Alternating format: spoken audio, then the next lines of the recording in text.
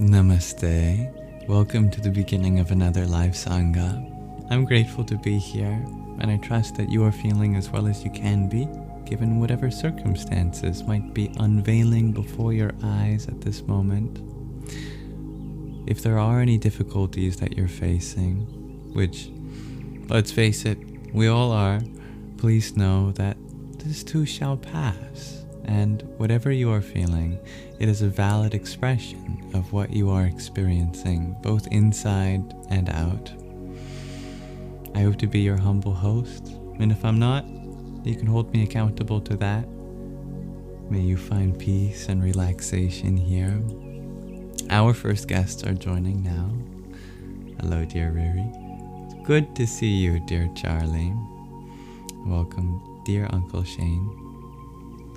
I'd also love to start by setting the intention of this space as being a welcoming environment, open to everyone, regardless of background, identity, orientation, belief system, ethnicity, etc.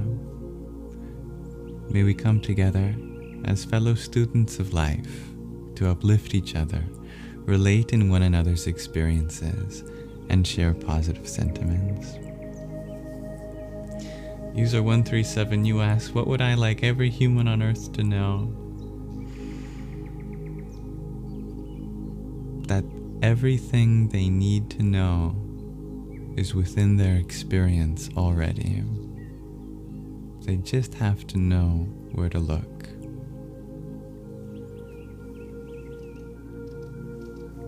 Thank you. Welcome, dear Emilio. Hello, dear Valentine.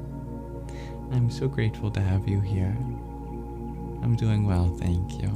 How are you? Thank you for sharing the live, dear Uncle Shane. I'd also love to begin with an invocation of a Shanti Mantra, a peace prayer. This one's taken from the Taittiriya and Katha Upanishad, ancient Sanskrit scriptures. Goes something like this.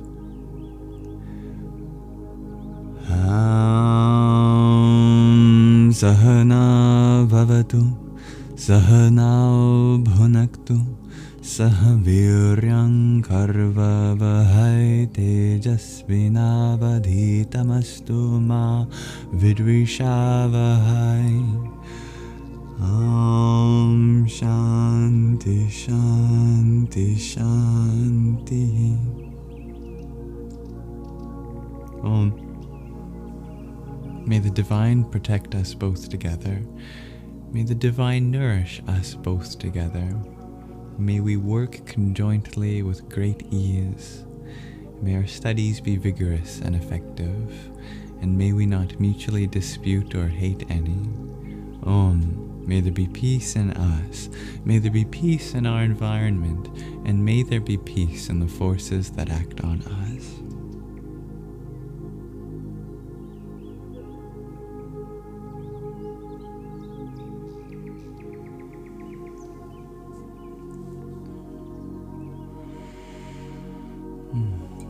Hello, dear candle emoji. What's my religion? My religion is whatever yours is. Whomever I'm speaking to, whatever path they follow, I hope for them to include me in it. Do I ever get anxious or stressed? Asked user 137. Of course. I'm only human. Hello, dear Freya. You're doing great, Valentine. I'm happy to hear that. Hello, Kim. And thank you for being here, dear Pip. Welcome, Serenity. Hello, Daniel.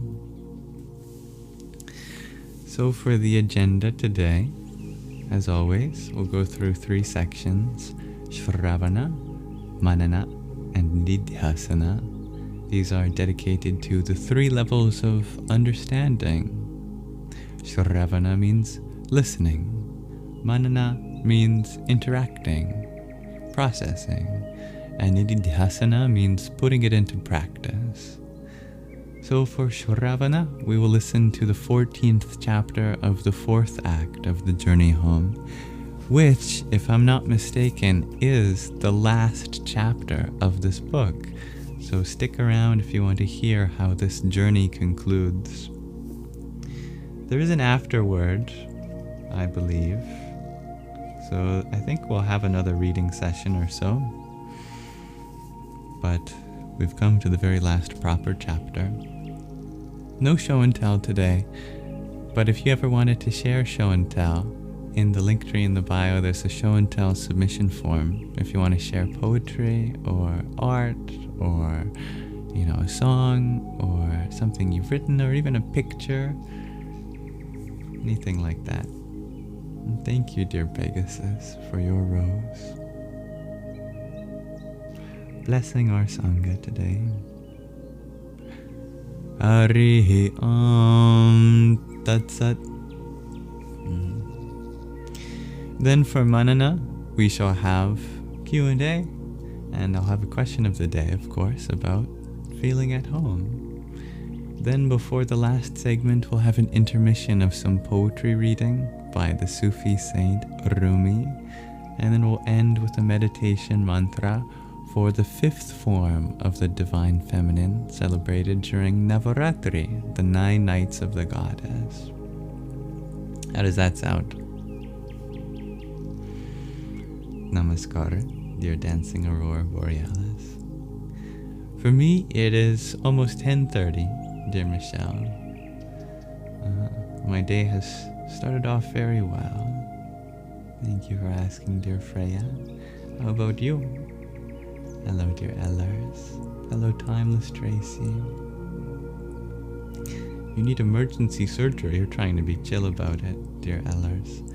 That sounds like a challenging thing to be chill about, but I'm grateful that you are getting the treatment that you need for something that has come up for you. User 137, you have a genuine question. How did I become this way? Has anything in particular happened in my life? Any turning point?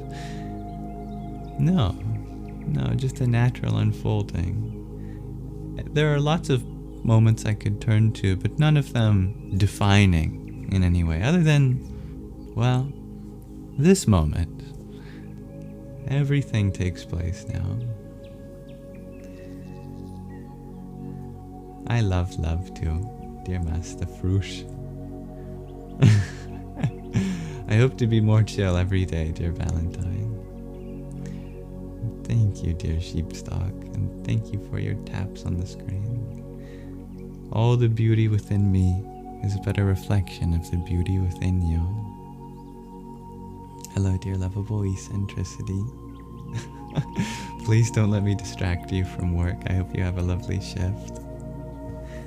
Thank you, Tan How You, for your heart mate. Jai Sitaram. Freya, you ask, what's in my hand? We have the book in one hand that we're going to read from shortly, and the mouse in the other hand. Greetings, dear G. Quite late for you, dear Michelle, but not as late as it can be. I'm whatever you want me to be, dear Pablo. Hello, dear Shannon. Thank you for being part of this moment, dear Master Frush. Welcome, dear Michael Lockhart. And hello, dear Freya. What are the gold things on the string?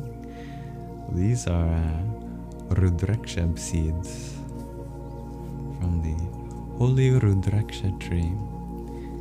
Thank you, dear Michael, for your heart me and rose. Om Bhur Bhuvaswaha Tatsaviturvarenyam Bhargo Devasya Dhimahi Dhiyo Yonah Prachodayat. I'm sorry to hear that you're agitated, dear Pablo, but all feelings are allowed, and there's space for you and your feelings here. Yeah. Oh, the discs that were in my hand. These, you were asking about these, dear Freya. These are hand symbols. They go by many different names.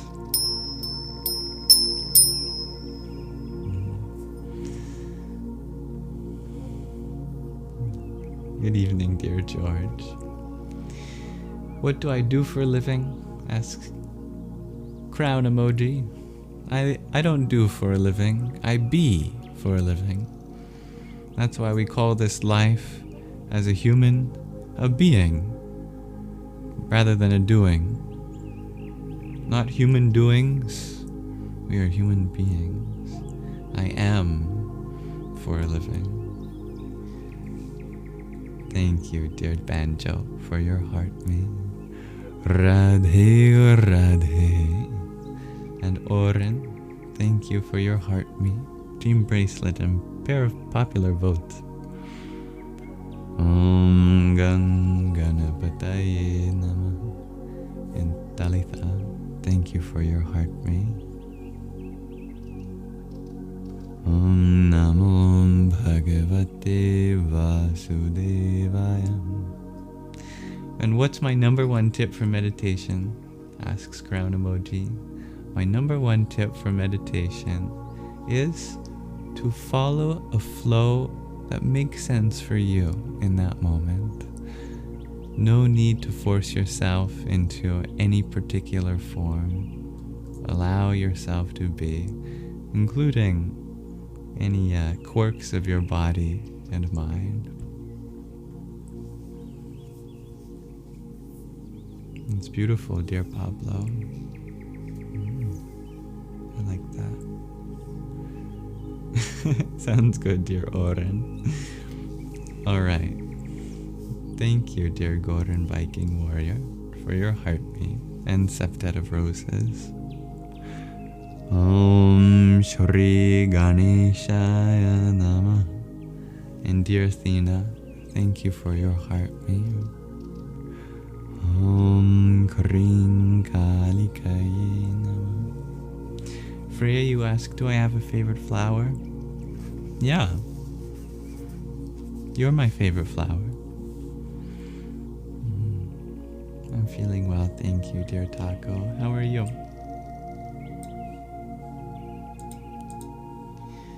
Now, let us begin our book reading. Let us finish the last chapter of this book, The Journey Home. And if you ever want to catch up on this book, I upload all of the clips from our live streams and put them in a dedicated playlist. You're doing good, and I'm happy to hear that, Taco.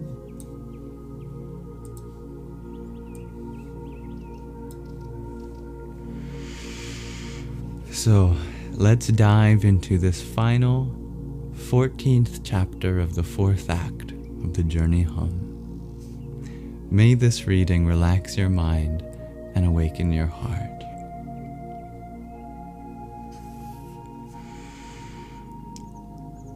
It was April of 1972, and almost 4 months had passed since Srila Prabhupada's departure from Vrindavan. Since he'd left, I had been absorbed in my spiritual practices and quiet forests and in spending time visiting the people and temples I had come to love so dearly. I hoped to stay forever, but my visa was soon to expire, and the day of my departure from Vrindavan and from India drew closer. It seemed like so long ago, while en route to the Himalayas, that I had found myself mysteriously stranded here on the day of Lord Krishna's birth. What I had longed for, my spiritual path and my beloved Guru, had been revealed here. In the final days before leaving, I bowed my head to the forest and all the temples and people who captured my heart. I counted each moment that remained as an undeserved fortune. One morning, just days before my departure, I was sitting with Ghanshyam and some of our friends in his closet room temple, where they showered me with kindness and gifts to help me remember Vrindavan.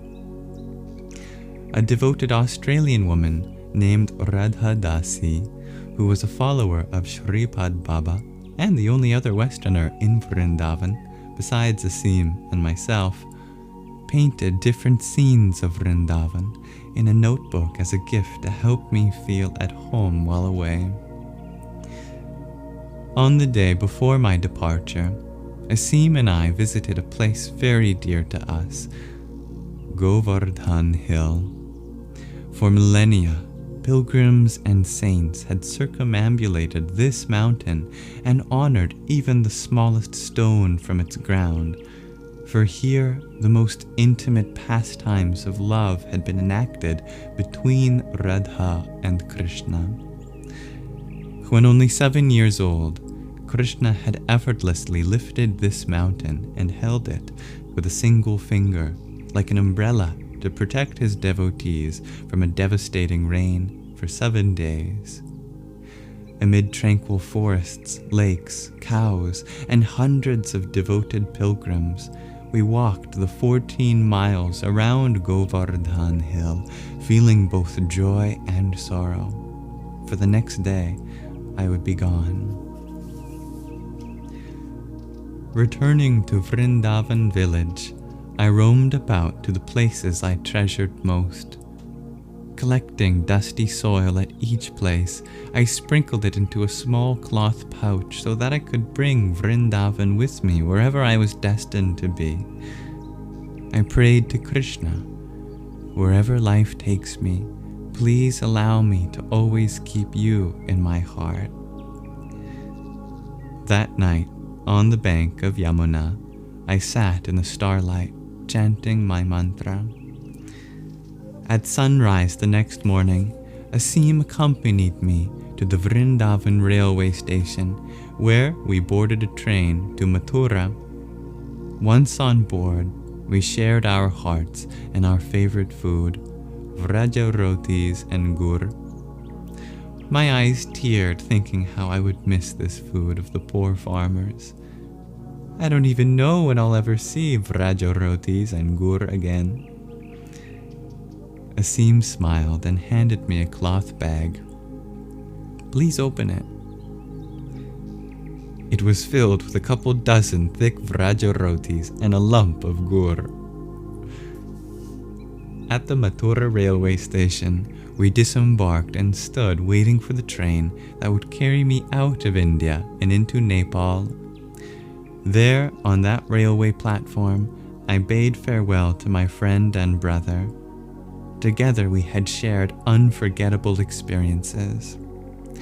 As the train lumbered into the station, I struggled to control my emotions. I couldn't believe I had to leave the place I loved so dearly, the place where Krishna had answered my prayers. Tears streamed down my face. Asim clasped my hand in reassurance.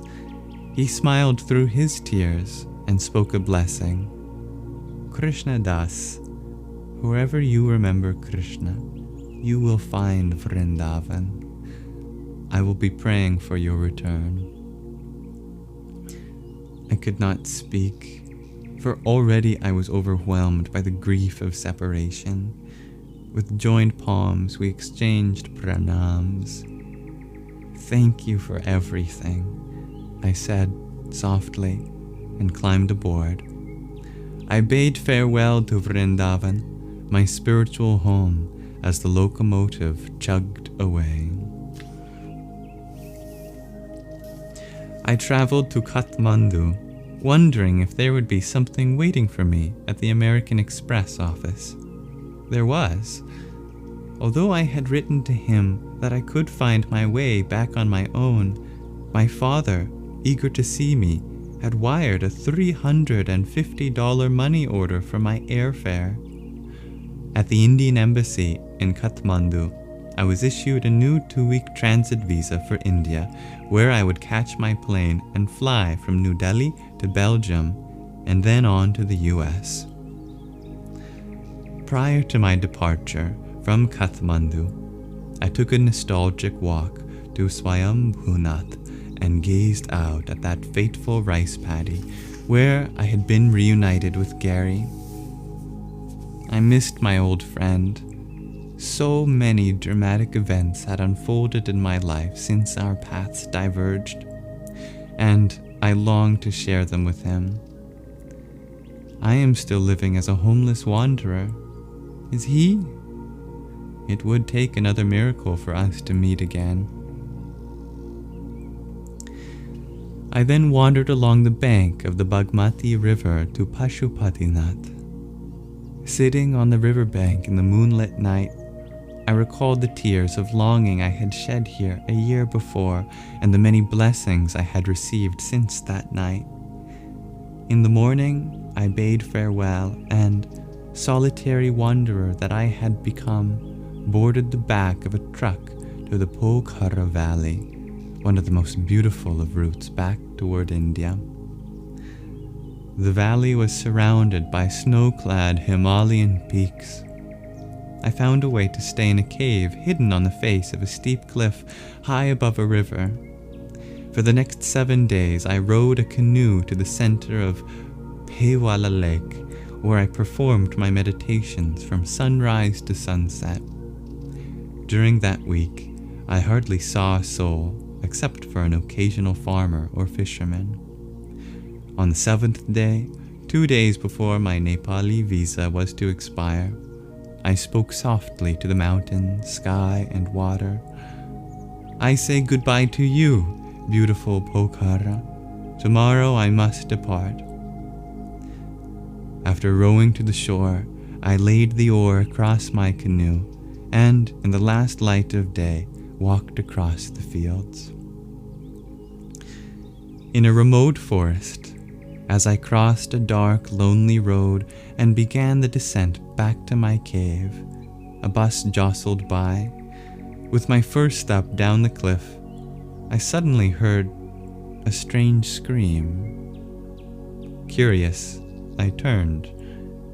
The bus momentarily halted about 20 yards away, then drove off. Out from the growing darkness, a ghostly figure scurried toward me. Am I being attacked? Should I flee? As the shadow advanced, I strained to make out who this was.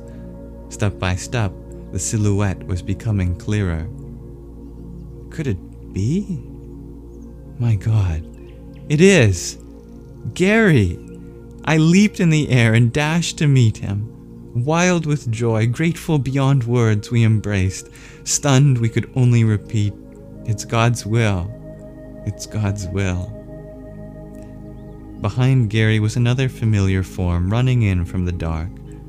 Who could this be? Impossible.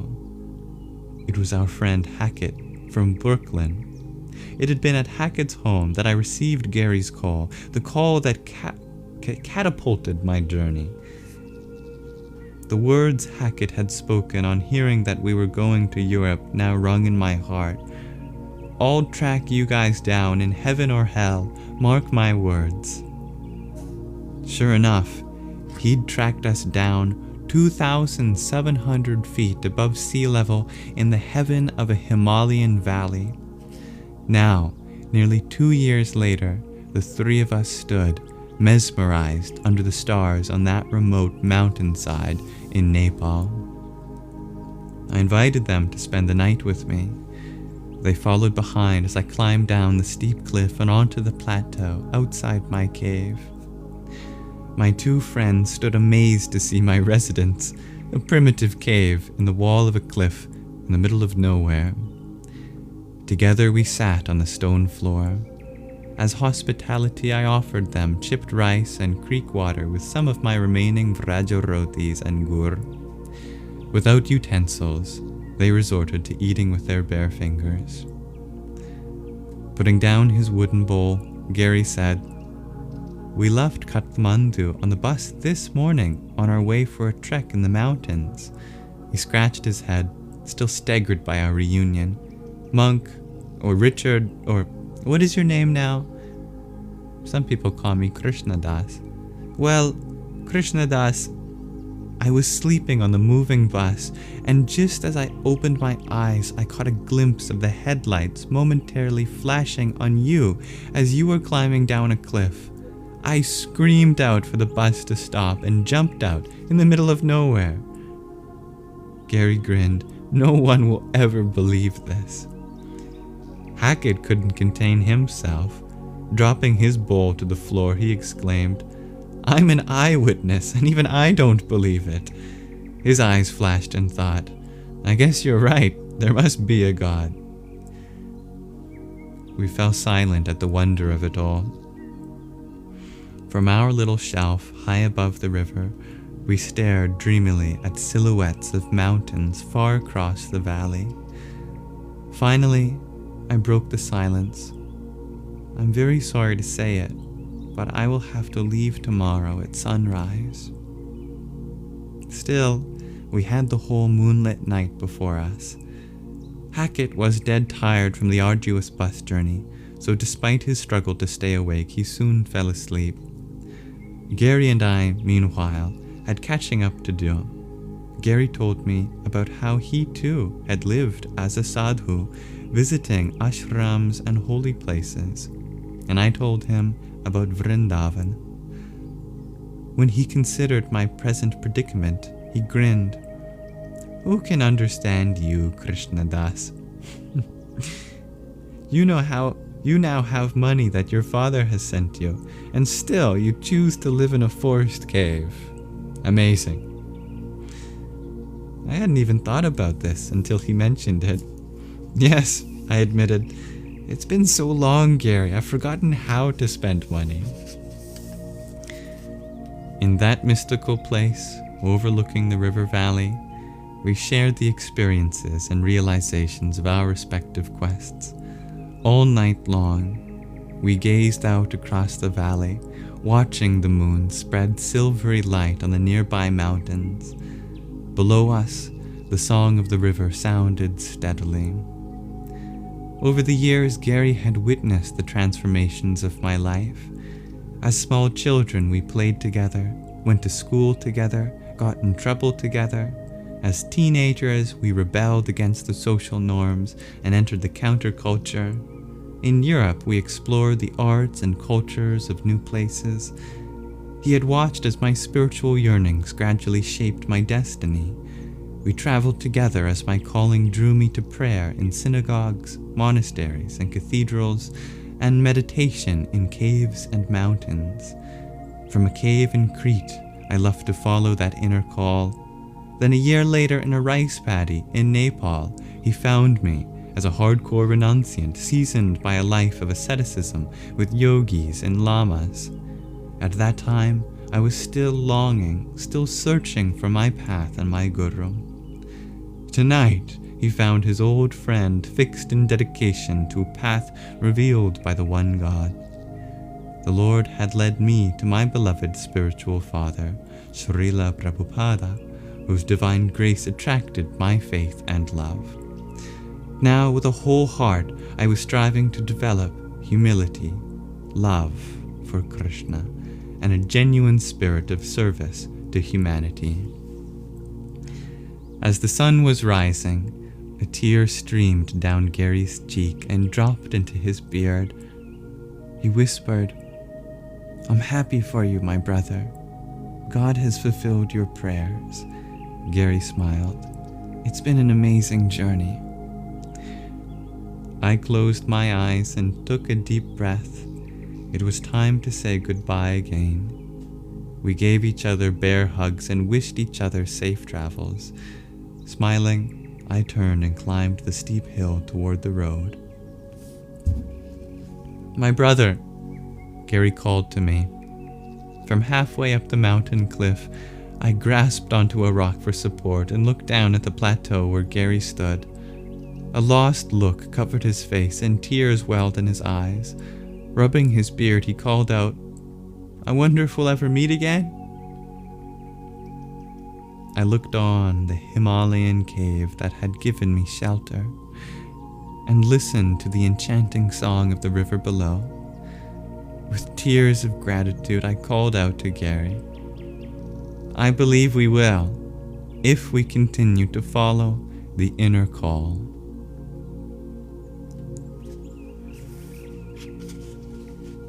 At the New Delhi airport, I boarded an Air India flight to Aston, Belgium, dressed in the robes of a mendicant and carrying for my baggage only a cloth bag around my shoulder and a metal bagging pot. I was a strange sight among international tourists and businessmen. An Irishman seated next to me in economy class puffed incessantly on one cigarette after another. The smoke burned my eyes and suffocated my breath, but the smoker seemed not the least concerned. The challenge of returning to the West had already begun. Seeing the hostess serving meals sparked my memory.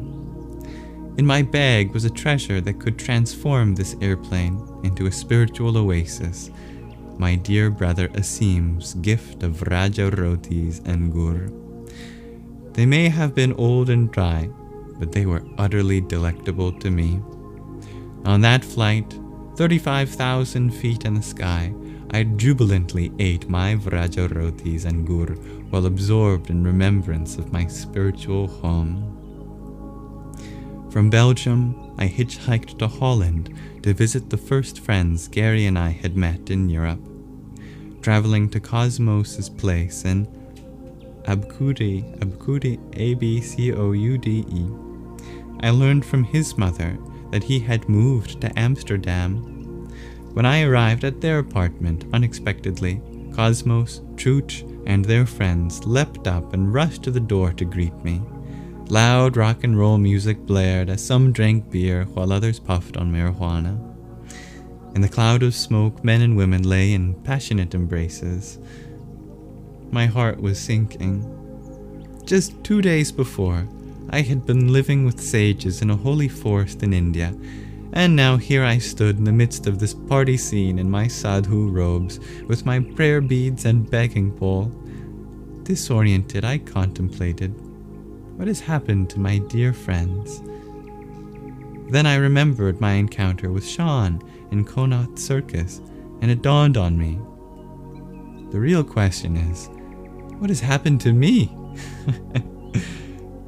We spoke for a couple hours, then I politely bade them farewell. Entering into the streets of Amsterdam, the entire environment seemed so foreign. How people dressed and related to one another seemed strange. Evening came, so I checked into a youth hostel where I was given the bottom bed of a bunk in a common room.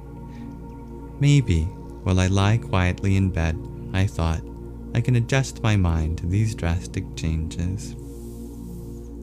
Only a day before, I had been in a quiet holy place on the banks of a sacred river.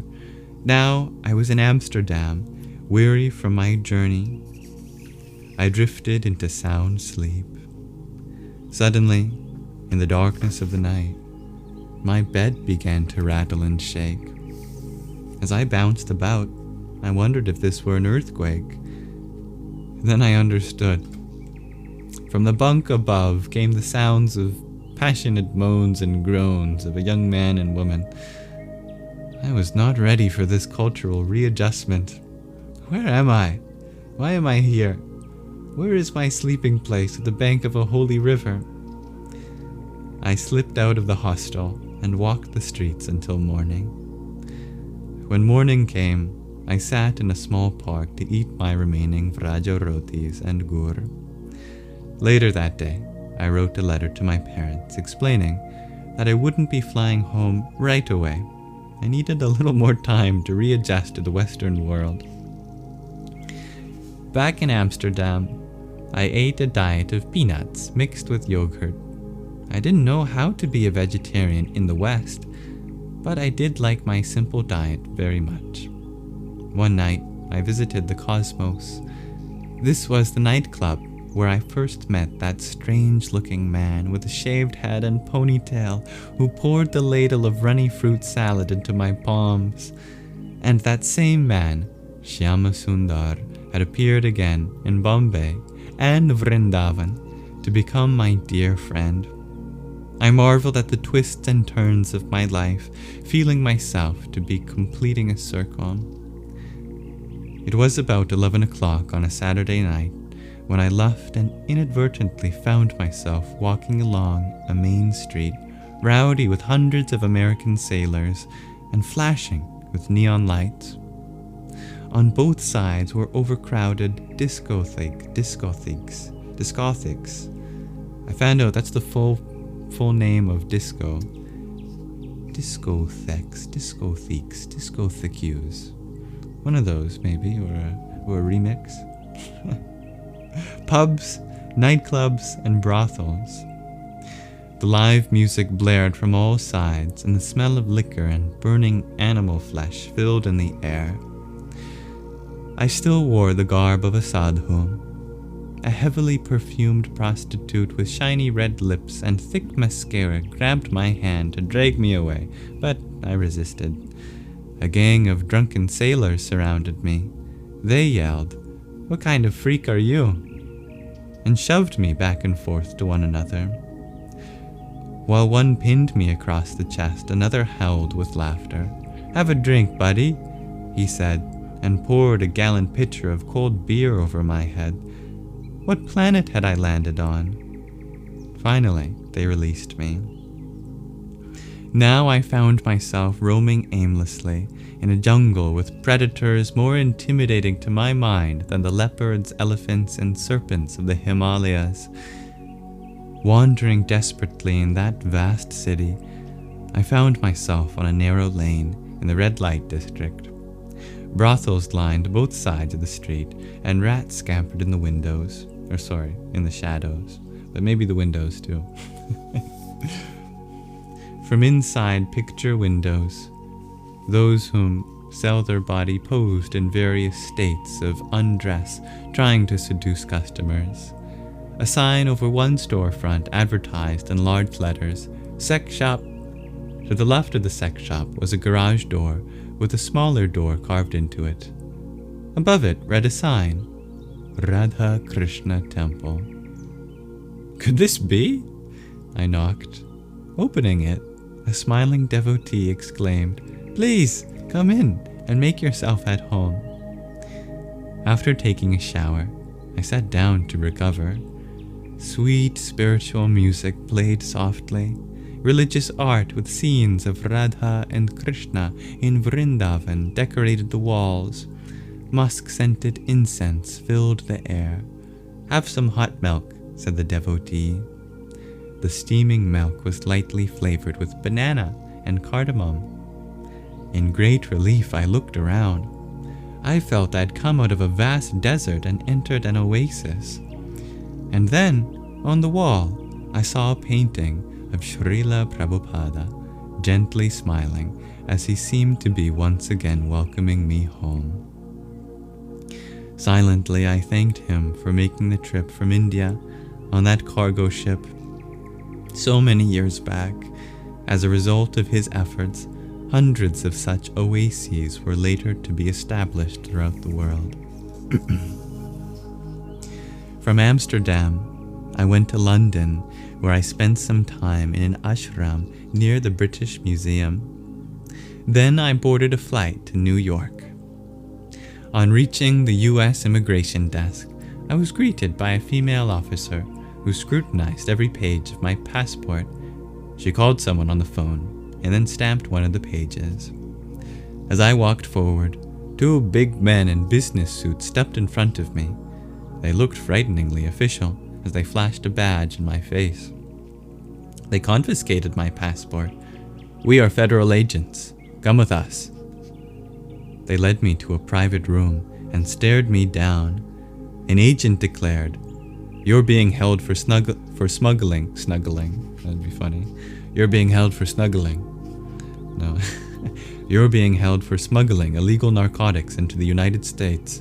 If you voluntarily surrender and cooperate with us, your punishment will be reduced."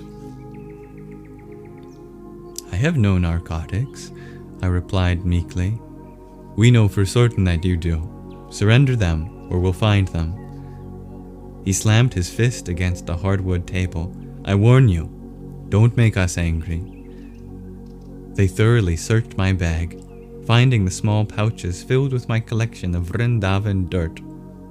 They elated, dangling it in my face. An agent challenged, "What is this?" "It's dirt from a holy place." He carefully examined the dirt, rubbing it with his fingers and smelling it. Disappointed, he closed the pouch and put it aside. One of the agents frisked my body. Suddenly, his eyes lit up as he slapped his hands together in a fit of excitement. I found it! I found it! The dope is here." He felt a hard lump at the base of my back. "What is this?" he shouted. "It's my loincloth." They had obviously never seen a sadhu's loincloth. "Strip off your clothes," they demanded. I took everything off except the loincloth. "What's that?" shouted an agent. Taken aback, the leader mocked. "It sure ain't fruit of the loom." They examined my loincloth, which was stained by hundreds of baths in muddy rivers and ponds. "Put your clothes on," they said. Then, with an official politeness, one agent explained that the stamps from Afghanistan, Pakistan, and Nepal on my passport were red flags for narcotics import. He apologized. "We're sorry for the inconvenience, but please understand, it's our duty to protect America." Handing me my passport, they escorted me through the U.S. Customs to the door. I had left home as a teenage student, going for a summer vacation to Europe, and returned 2 years later as an ascetic following an ancient spiritual path. By the time I returned, my family had sold our home in Highland Park and bought an apartment in Miami Beach, Florida. From JFK, I caught a domestic flight to Miami. My father, on crutches with a broken leg, came with my little brother Larry to the airport.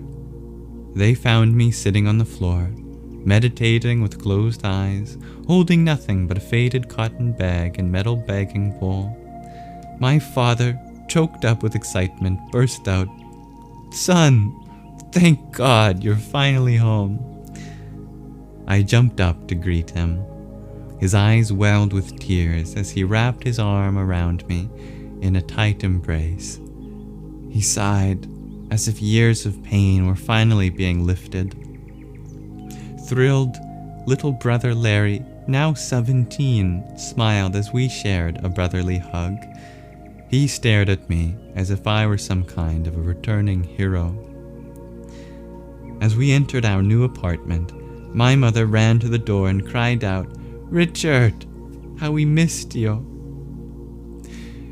She wept tears I will never forget, embracing me and kissing my forehead. "You've become so thin," she said, and then went on, "Look, I'm learning vegetarian cooking just for you." There on the kitchen counter I saw a small library of vegetarian cookbooks. Hoping only to please me, she immediately served us a dinner of soup, salad, stir-fried vegetables, a baked casserole, rice, and apple strudel for dessert. The phone rang, and it was my elder brother, Marty, calling from his college in Arizona to welcome me home as well. I was overwhelmed at the lengths my parents would go in order to make me happy. As difficult as my choice had been, and would continue to be for them, they strived to understand and accept my way of life. I sincerely tried to express my love for them while upholding the ideals I held sacred. Although our lives were worlds apart, the affection and respect we shared remained prominent. Through the practice of devotion to God, I was coming to learn that preserving loving relations in this world required much forgiveness, tolerance, patience, gratitude, and humility. An essential virtue of humility is to accept others for what they are, despite differences. I contemplated again how the tendency to judge others is often a symptom of insecurity, immaturity, or selfishness, and I yearned to rise above it. Everyone is a child of God. God loves all of his children. If I wish to love God, I must learn to love those whom he loves. We all knew that I wouldn't be home for long. While my mother had a beautiful room prepared for me, I chose to sleep on a cement patio that extended from our 5th floor apartment.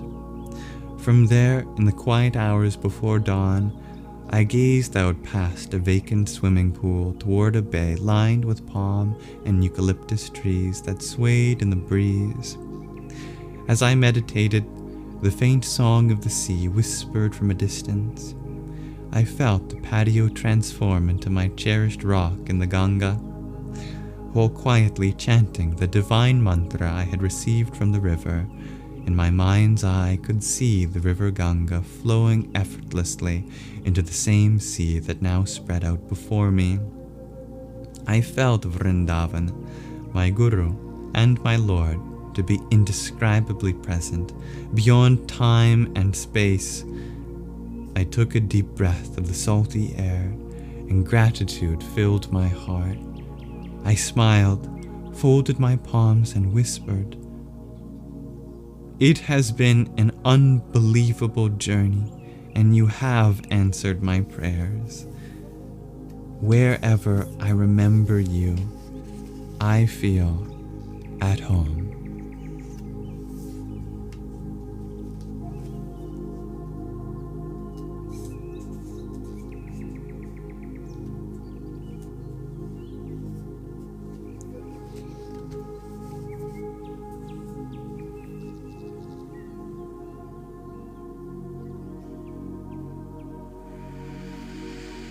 Thank you for listening as we conclude the final chapter of the journey home. It has certainly been quite the journey, hasn't it? We haven't actually quite finished the book, as there is an afterword, so I look forward to reading that with you next time. But I'm very grateful that we could read through the bulk of that story together. How lovely is it when someone finds a path that truly speaks to their heart, following their destiny and shaping it simultaneously. I've certainly learned many things from this story, and I trust you have too. Thank you, thank you, thank you, my dear viewers, for listening with me. As always, if this reading brought out any insights, you are always welcome to share them. But that concludes our Shravana section of our live stream today, the section dedicated to listening. And we can transition now into Manana, the section dedicated to Q&A, and we can explore whatever is in our hearts and minds.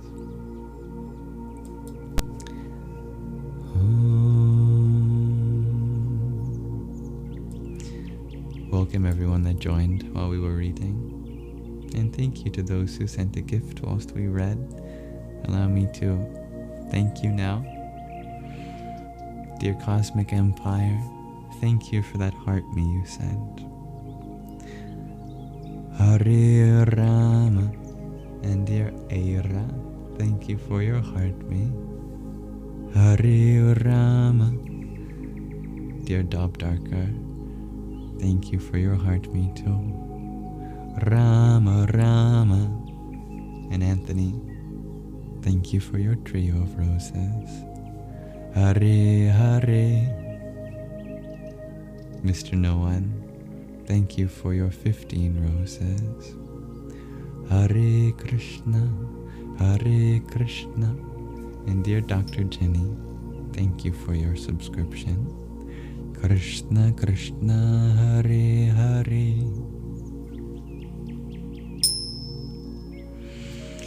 Now my attention can fully return on the comment section. Dear Dr. Jenny, you share was pronounced discotheque. That makes sense. Thank you very much.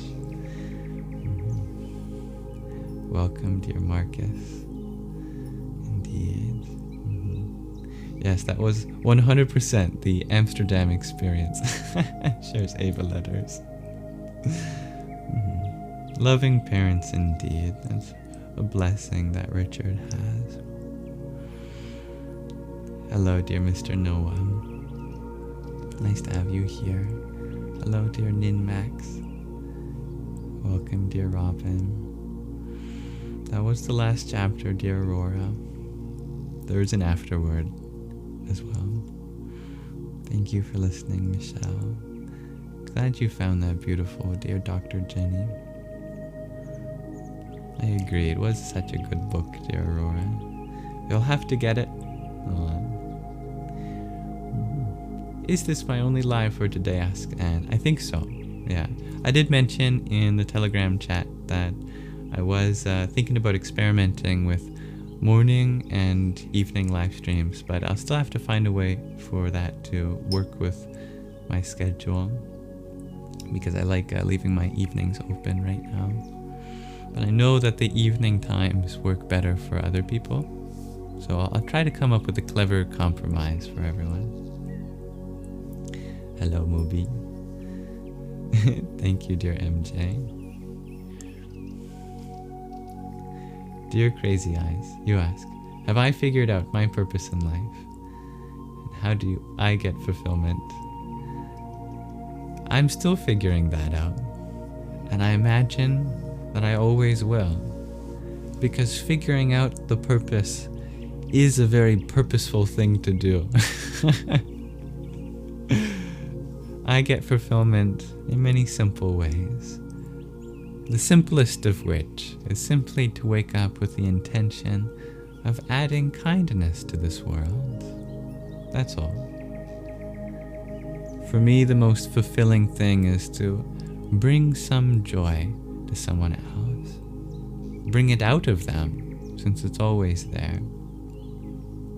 Hello, dear Jarrett. Thank you for wishing everyone's day to be amazing. Bean, you shared, was a mistake to listen while you work, as my words make you so sleepy and relaxed. I was actually thinking about that today. I was thinking, I'm going live so early. Should I really be reading a story at the beginning? But I decided it was time anyway. Hello, dear Subi.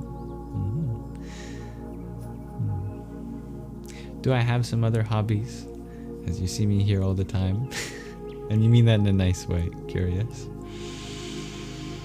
Over the course of my life, I think I've gathered more hobbies than I can keep track of. Yeah. I think it'd be easier to tell you what aren't my hobbies. I try to find joy in everything. And thank you, dear Estelle, for your rose. Radhe Krishna. Dear Dr. Ginny, you share that you are in Portugal today. Really? You find out tomorrow if Portugal will offer you asylum. Wow. What an amazing journey that you are undertaking, dear Dr. Jenny. I love that for you. Absolutely. I will pray for you. And we can do a prayer right now too. I pray that wherever you go, you will be kept safe, and all your loved ones and belongings, that hospitality is offered, that you are protected, guarded, and that you are offered a way of life that suits your ideals. Om Shanti Shanti Shanti. Dear Jarrett, you share you just got out of a time machine. You just got out of a time machine? Now? Or did you get out of the time machine 5 minutes from now? You went to the dentist. All sunshine and came out in a snowstorm. Wow. That is a time machine. What the heck? Yeah, it's been snowing in many places in Canada still. I'm very grateful that spring has definitely begun where I am. and I've been enjoying the sunshine. I'm happy to see you too, dear Michelle. And thank you for your flexibility. I do still plan on going to India, dear Bean, although I have no concrete plans. Namaste, dear Stevie G. Thank you. I got this shirt from someone who allowed me to be on their podcast, and this was a gift for being on their podcast. It's dear Jonathan. The podcast is called Consciousness Prince. I actually don't know if the podcast is still up because, understandably, people have different aspirations in life and try out new things. Jonathan likes to try out new things, but I'm still grateful for the time I was on there. But I'm doing very well today, dear Stevie G. Thank you for asking. How are you? And thank you for asking, dear Crazy Eyes. Dear LG, you ask if I use the green. I used to. Yeah. When I was a teenager. Hello, dear Marlon. I know what it's like to have anxiety, dear Estelle. Yeah. No one is alone in that. Aurora says hello to their future self that will be listening on YouTube. Time travel. Hello, dear Gigi. Always happy to do my best to recognize the beautiful spirit that you are, dear Dr. Jenny. Riri, you have a duty to your friends first before going to India. You can't leave them behind. Yes, I know what you mean. We have our karmas to sort out.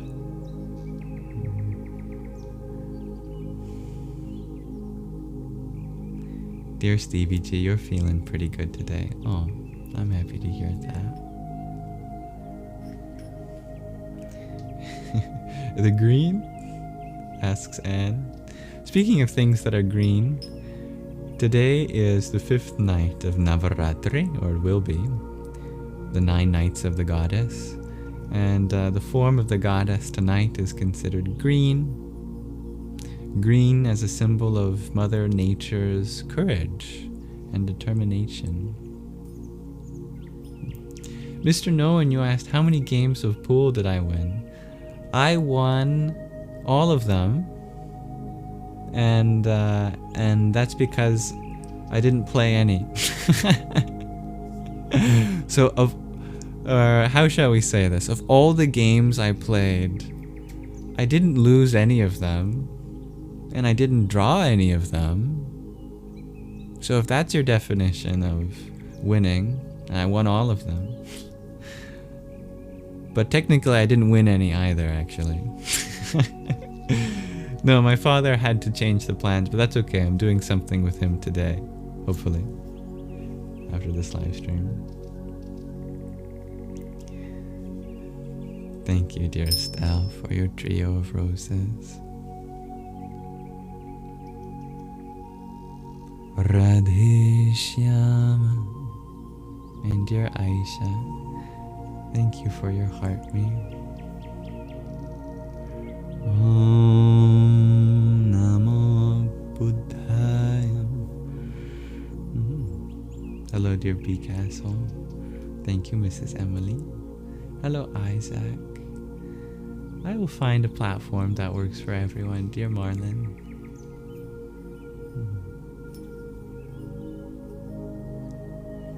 Dear Michelle, you share that sometimes you watch my older lives on YouTube and you're surprised when I say your name and you don't remember saying something like that.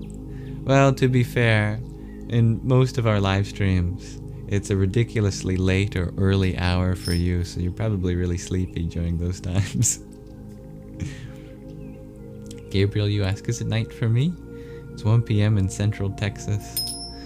No, it's 11 a.m. for me on the West Coast. Yes. How far away do you think the West Coast is from Texas? It's not nighttime yet, it's still morning. If you're asking me, I don't know if you're asking someone else. We're only 2 hours apart. Dear Crazy Eyes, you ask, what's the wisest way to fight against corruption without risking harm or life? Educate. Knowledge. When there's a lack of knowledge, the solution is knowledge. Knowledge is something freely given. You don't have to pin anyone down and put a tape recorder next to their ear and press play. You don't have to go out and, write down truths on a brick and throw it through windows. You can just use what voice you have in your community and on the internet to raise awareness for something. But honestly, the most underestimated way to fight against corruption is to make sure that we treat this body and mind in a just way. It is surprisingly mystical how what we do with our bodies and minds changes the very world around us, almost spontaneously too. That if we all, you can imagine, change something within ourselves, the world around us would reflect that. We are a product of our environment, but our environment is also a product of us. That relationship goes both ways. It's biconditional. Is mercury in Gatorade? Oh, I hope not. That's a heavy metal. You don't want to be drinking that. Yeah. And is mercury in the microwave? I hope not. You're not supposed to put metal in a microwave. Big Castle, you ask, any teachings today? Nah. Hello, dear Matilda. Hello, dear Lise Marlin. And if I can pronounce your name in a way that's preferable, please let me know. It's 7 p.m. for you in the UK, dear Mrs. Emily. It's a good time. Dear Mushy Man, you ask, should you keep swallowing mushrooms? Know your limit. I imagine because it's part of your username that you've incorporated fungi as part of your identity, which is beautiful. We have a micro-fungal biome within us all. It's good to take care of, so we are all part fungi. That said, you're also part other things. So make sure you take care of those other things and find a suitable balance that works for you. May there be mushroom for all parts of you. Thank you, dear Shakira, for your heart meme.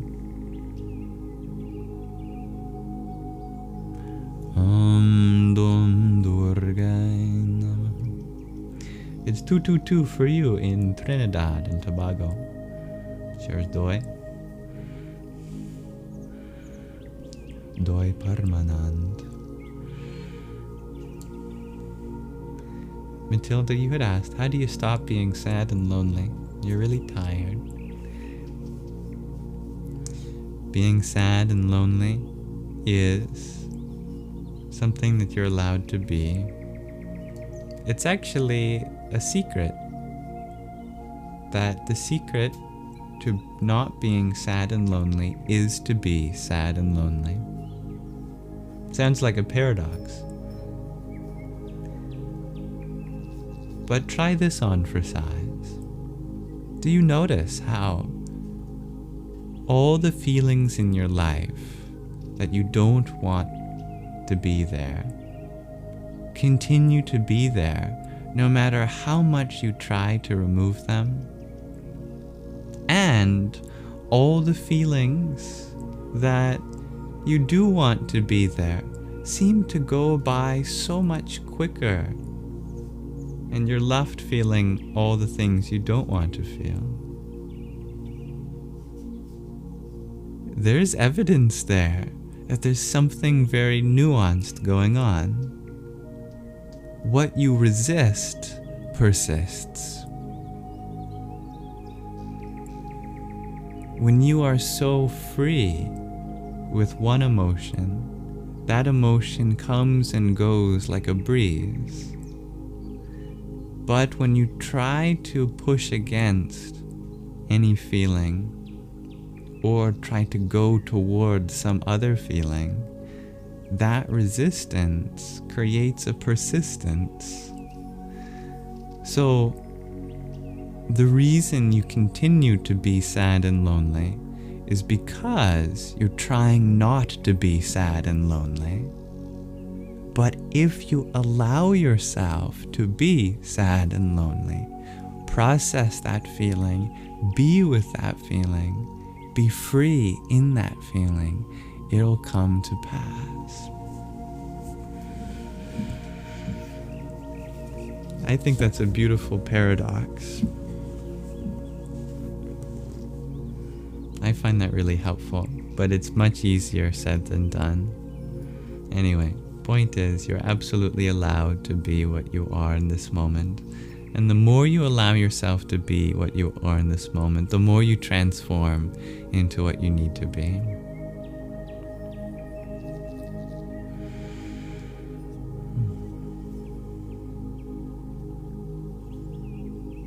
Well, dear crazy eyes, do you have something so worth living for that it doesn't even matter if you die for it? Not because you want to become a martyr or anything like that, but because your message is worth more than the messenger, that your mission becomes worth more than the missionary.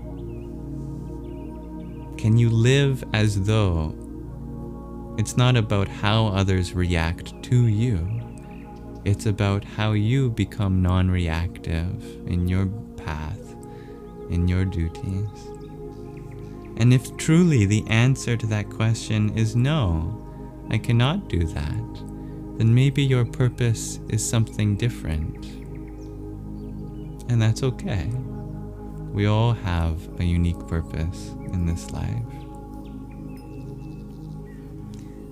Thank you, dear Diane, for your septet of roses. Om Pram Bhairava Namo Namah. When you speak your truth, you are bound to come up with resistance from others. That's proof that you're speaking your truth, because you're pushing the boundaries of what other people believe are possible. And that is a good thing. But be kind in your ways. There are methods of minimizing negative reactions from others too. Namaste, dear Shakira. Dear Stevie G, you ask, so what should we do on these nights of the goddess? You pray and you meditate to them and you can perform puja. But in general, you connect with the different aspects of the divine feminine. You're very welcome, dear Lise. Lise Marlin. I'm sure we'll see each other again, dear Diane. It's funny, when I say the name of my country, there's a little banner that shows up on the bottom for information about the election here. I'm not affiliated with anything political, so that's just TikTok being TikTok. Thank you for asking about my dear Mother Moon, dear Jenny. Thank you for giving her your love. She's doing so much better, very much healing, and I can see that. She looks like she's getting younger. Hello, dear Anna Music Note. You had a fun day with fellow students. It was so fun. Oh, I'm happy to hear that. Hello, dear Caitlin.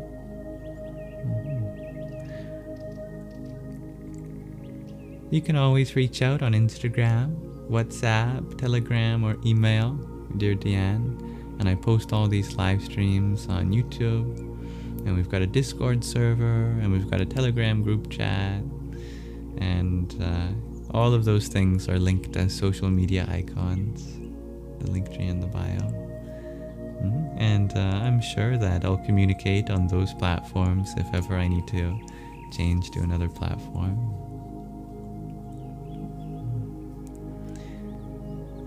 Welcome back, dear Marlon. Riri, you usually feel happiest right after feeling sad and having fully processed it, right? Blessing in disguise. You're very welcome, dear Matilda. You too, dear, a day late and $1 short. Thank you for finding peace here, dear Matilda. Yeah, it's a good quote from Bob Marley. If my life is just for me, then I don't want it. Dear, a day late and $1 short, you share you're so sad. Your oldest son, only 36, died unexpectedly on your birthday last week. Please hug your loved ones today. Thank you for that reminder, dear, a day late and $1 short.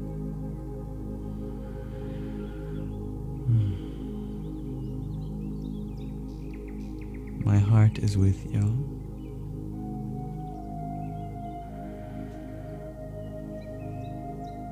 It will be okay.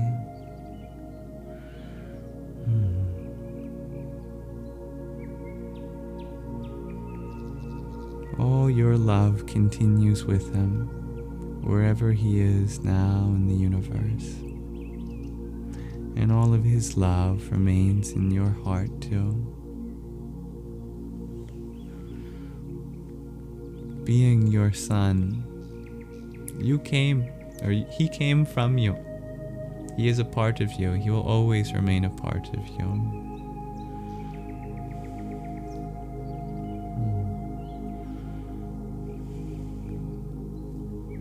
You may have moved out of the lower womb and entered into the heart's womb to complete the cycle from mother back to mother. I'll pray for both of you. Yes, dear Stevie G, we will be chanting the name of the goddess of this Navaratri. Dear Crazy Eyes, you share you don't quite understand how to be with feelings without acting on it in an unhelpful manner. It's so simple.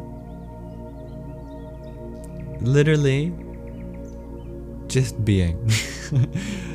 Like, you sit down and you feel what you're feeling. If you need to get up and walk around, that's cool too. Yeah. You think about it, you contemplate on it.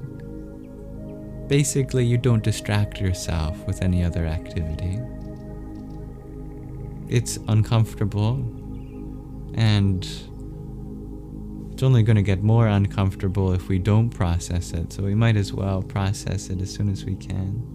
And maybe that's in little short bursts. You spend a few minutes here or there, or maybe you dedicate like an hour walk. You just go and walk, and then you come back, and during that walk you just feel what you're feeling. You just be exactly what you are.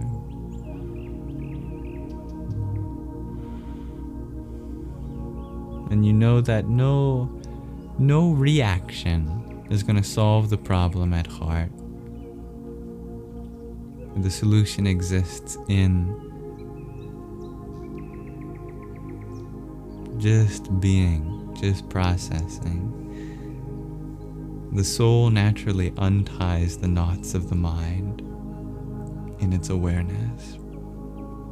Hello, dear Tati Monica. You ask, what could it mean when this golden light appears above in the sky while you meditate?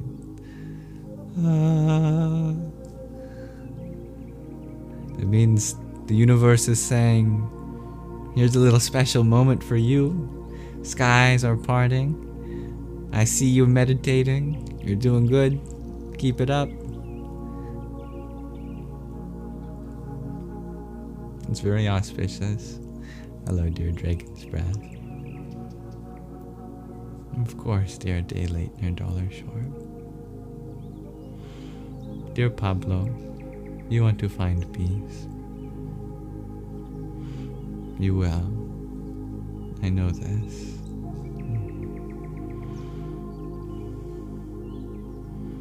And your journey to find peace will be precisely what you need in order to manage physical pain. Peace is not something found necessarily at the level of the body, which is very good for people who are in a lot of physical pain, as there is a refuge beyond the body to bask in the peace of. Thank you, dear Blair, for the rose you sent. I've been praying for you. How are you? Kamalir Mahakalikai Namah. I hope the Sangha can be a place of positivity for you from everyone. Dear Day Late and a Dollar Short. Welcome back, dear Freya.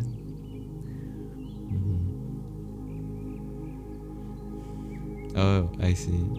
Negative is minus VE. Gotcha. Thank you, Crazy Eyes. Yes, I understand. Clever.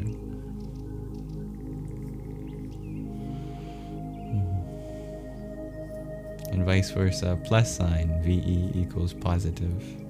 Sufficient. Yeah. It's just like back in the day when you had to be charged per character while texting. So we created all these texting abbreviations. Now we have only so many characters in a TikTok comment during these lives. So we have to go back to using abbreviations.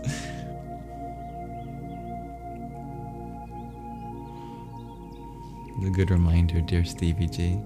You can wash dishes and meditate. You can walk and meditate, breathe and meditate, stare at an object, listen to sounds, feel a sensation, etc. I feel you smiling, dear Stevie G.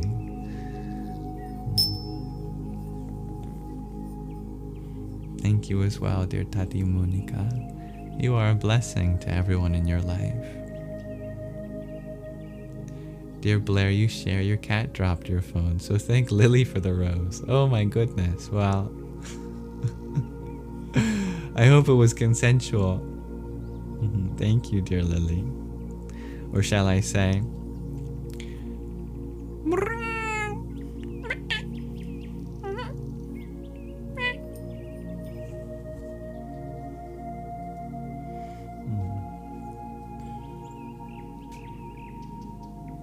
That is right. Coffee is rajasic. I try to stay away from most forms of rajas, including caffeine. I think I'm naturally energized. I'm grateful for that. Having the right morning routine, I think, can be very energizing. I drink a really warm cup of water, almost a hot cup of water. It's just a very small, literally like when you're cooking, the measurement of a cup. 250 milliliters, I think, is a cup. Something like that. Or is it? How many milliliters is a cup?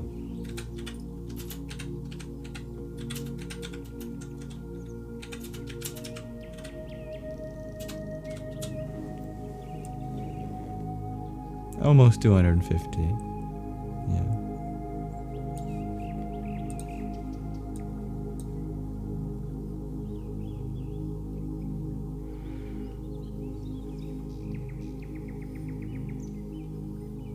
Dear Crazy Eyes, you have a friend with stage 4 cancer, constant pain, and no longer wants to see or talk to anyone. Advice?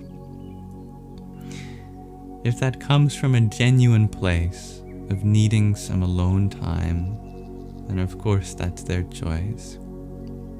If still you are allowed to show up in their space, and maybe they don't want to talk, but you can just be with them,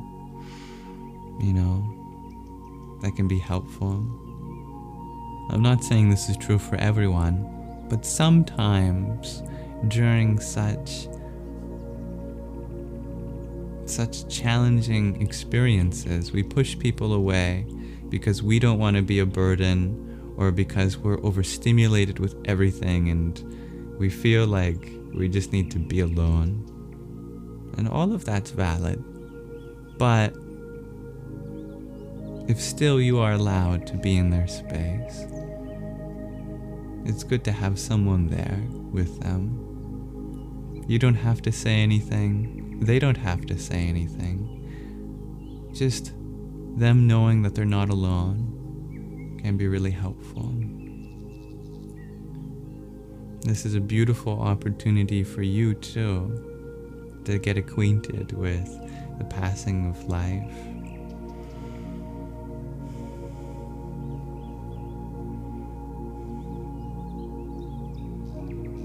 You never know when friends will come or go, and we should treat every interaction like it's our last one, regardless of if they have stage 4 cancer or are perfectly healthy. Do what you know will provide both of you with peace. You are smiling? I'm happy to hear that, Stevie G. Hello, silly goose. Oh, you are always welcome to be naive, dear Charlie. I am the most naive. What does rajas mean? Rajas means, how shall I describe it? In Indian philosophy, it's said that there are 5 elements. Most people know them, or at least 4 of them. There's earth, water, fire, air, and then the 5th, the quintessence, is space. That's the stuff, the matter. Not as many people know about the 3 qualities of energy that animate the 5 elements, that manages the interactions. Just like how in modern physics, there's fermions and bosons. There's the fundamental constituents, the building blocks of matter. Then there's the interaction mediators, the force carriers. So too, there's the bhutas and the gunas. So rajas is one of the gunas, one of the energies that animates the elements, that carries out interactions. All activities are either rajasic, sattvic, or tamasic. Rajas means it's in the mode of creation, in the mode of passion, in the mode of activity, of high energy, intensity. Sattva is the mode of purity, of balance, of sustenance, of stability, preservation, maintenance. And then tamas is the mode of darkness, of destruction, of dissolution, of bringing things to an end. On the spiritual path, it's generally good to seek out things that are sattvic, because tamas and rajas are extremes. Tamas sends us, too much tamas can send us into heedlessness, into ruts. And too much rajas can send us into high bouts of activity, and then we feel a drop later. That's kind of like mania or hypomania is when you have too much rajas. But I'm no psychologist, so that's just an analogy rather than an actual psychological description. Sattva, meanwhile, is very balancing, and caffeine is definitely rajasic, because it ups your mental activity level and then you experience a drop later on. or you experience a drop until you have your coffee. So it sends you between extremes, and it's good to find balance on the spiritual path. I hope that makes sense. We can always dive deeper into that too, or anything. I don't have a playlist, dear Indigo, but I do find a random video on YouTube every day for us to listen to. You can actually find out which videos I listen to because they're all copyrighted, and so they're linked in the videos that I upload by YouTube's copyright detection algorithm. But today we're listening to Eliminates All Negative Energy, Tibetan Healing Flute, Increases Mental Strength.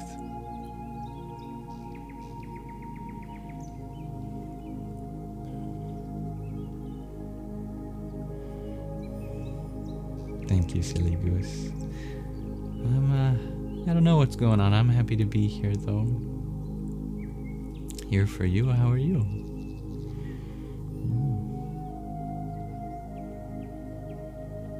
I trust you, dear Stevie G. Yeah. Not all spiritual seekers follow the rule of the gunas to a T. For example, Swami Taratmanandaji, the author of Roar the Ganges, the book we read a few months ago, and guru of a few Sangis, he drinks coffee. And it's a tradition from his guru. His guru drank coffee, so... It's one of those things where it's like, well, if my guru did it, it must be not so bad. And my guru was a beautiful and kind-hearted and very lovely person. I don't happen to have a guru that drinks coffee, so I don't follow that. Thank you, the positivity bag. Hello, dear Diane. Oh, I love all the happy emojis you sent. And the flowers. Beautiful. I love flowers. Salutations to all flowers. Om Sarva Pushpebhyah. Hello, Mr. Dono. You feeling comfortable? Yeah. You know your gunas, dear Pablo. The matrix I am, you ask, where do these truths lay? If all is Maya, all this mean, all truth, when not all is Maya. I think I understand the question underneath. The simple answer is that Maya means Divine Mother. It's actually the equivalent as matrix, just as in your username. Matrix refers to both this reality and, in an archaic sense, matrix means mother, like the matrix of a family, related to words like matriarch, for example. And the divine feminine is the expression of truth. Divine masculine is the seed of truth. Divine feminine is the sprouting of truth, the blossoming of truth. So everything around you is an expression of truth. That's the paradox of Maya. We see her as this transient mirage, but hidden within every part of her is the answers to everything. Oh, I'm grateful that explanation worked out for you, dear Jack. And thank you, dear Fabio, for your team bracelet. Om Namo Bhagavate Dakshinamurtaye Maham Medham Prajñam Prayacha Swaha. Stevie G, you ask, can you go in a path of tamas and or rajas and reach higher states of being or enlightenment? Shiva certainly can, being the abode of tamas, and he's no short of enlightenment. It's very difficult, but yes, there are tantric techniques that employ the use of tamasic or rajasic activities. In general, however, enlightenment is a state known as nirguna, which means beyond the gunas, beyond tamas, sattva, and rajas. It is turiya, the fourth state beyond trinity. You're very welcome, Charlie, as well as to you, dear Indigo. Dear G, you ask, can those gunas be attributed also to our emotions? Very much so, yeah. Contentment is very sattvic. Depression would be tamasic. Anxiety is rajaso-tamasic. There's an element of tamas and an element of rajas there. There's combinations and ratios. It's not so ternary, where it's just 1, 2, or the third. Namaste, dear Devin.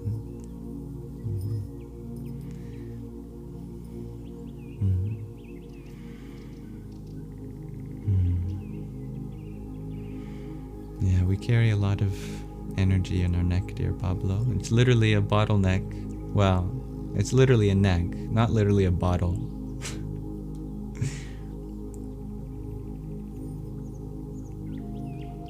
It's okay, dear Marlon. And you ask, what makes a person a guru? It's very simple. What makes a mother a mother? What makes a person a mother?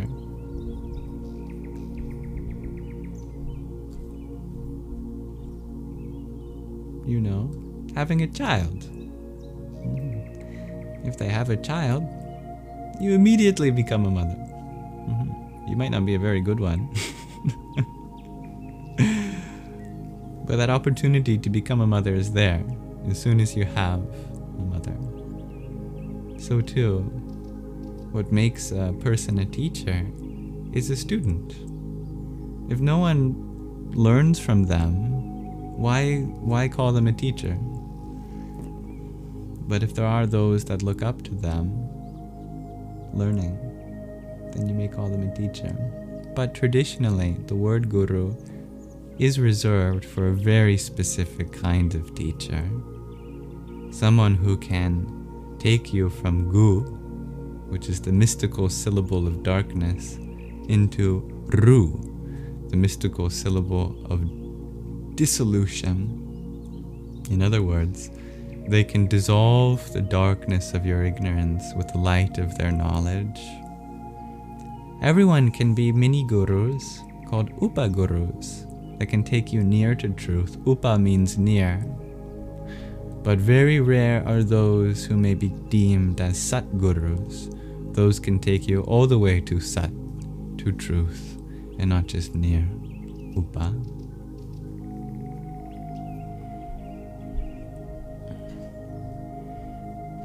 Homeostasis is a good word for peace, dear Pablo. Thank you, dear Jack. Hello, dear CJ. Hello, John F. Dear Devin, you ask, have I ever come across a whisper revealing themselves as the one and feels like the gentleness of a bubble? Now that is a beautiful question. I don't know if I can answer that literally, but I do get a feeling of being surrounded by the one quite often, and it might be just as simple as the whisper of a breeze, for sure.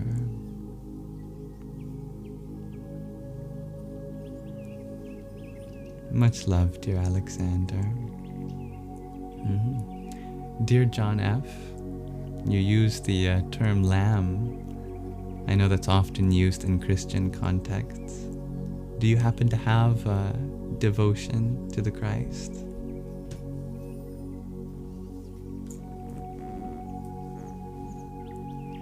Orange and blue are complementary colors, indeed, dear Tyla.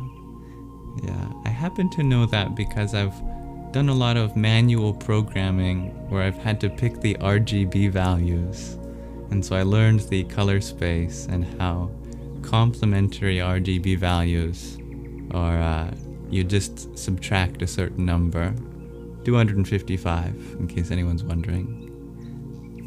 And playing around with blue and orange, they are indeed complementary in that way. But I love color theory, it's so fascinating, color. Welcome, dear EJ. Yes, the gunas are mentioned in the Gita. There's a good chapter on them. And thank you for the reminder, dear Marlon. You're very welcome, dear Stevie G. Namaste, dear Heidi from Hungary. And thank you, dear Nexus. Om Namo Rudraya. Oh, I love that, dear Gigi. Alan Watts is a great orator. Dear Malia, you ask, where is my accent from? I think it's something of my own creation, probably. Yeah. Growing up neurodivergent with a bit of a speech impediment and spending so much of my time online, I've surrounded myself with voices from all around the world and had to learn how to enunciate things in a way that works for me without stumbling over my words. So it's the Yam accent. I speak Yamish.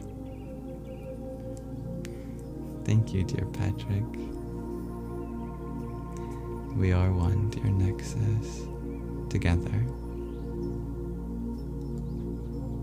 Patrick, you love to wear red as it's grounding. Indeed, color of the Muladhara, root chakra. Zana, you ask yourself why we want something. That is a powerful practice, indeed, to get to the root cause.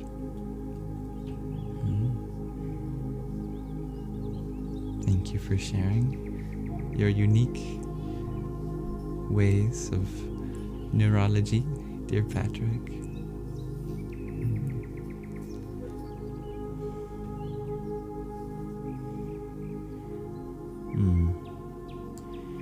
Sometimes beauty is best cherished internally without the need to approach. Other times beauty comes to us at the right time.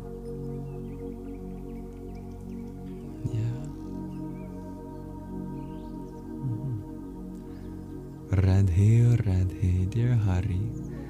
I'm very grateful to be up earlier. And thank you, Fabio, for another rose. Om Kali Mahakali Kalike Parameshwari Sarvanandakari Devi Narayani Namostute.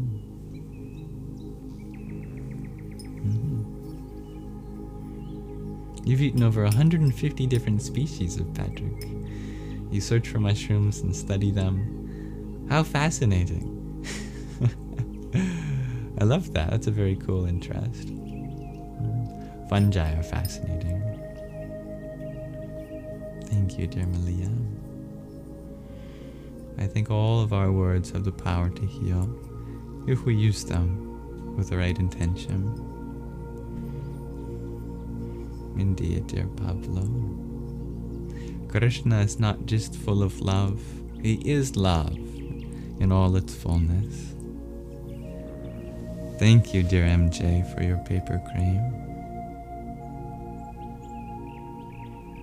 Om Narayanaya Vidmahe Vasudevaya Dhimahi Tanno Vishnu Prachodayat. Mushrooms are like Pokemon for adults. Gotta catch them all to learn. I love that. Yeah. Although I would say that you are welcome to explore them as children. Just don't eat them. Unless you really know what you're eating. With the help of an adult. Probably. And also as an adult, you are welcome to play Pokemon too. I think many Nintendo characters were actually made based around mushroom. Big example is in the Mario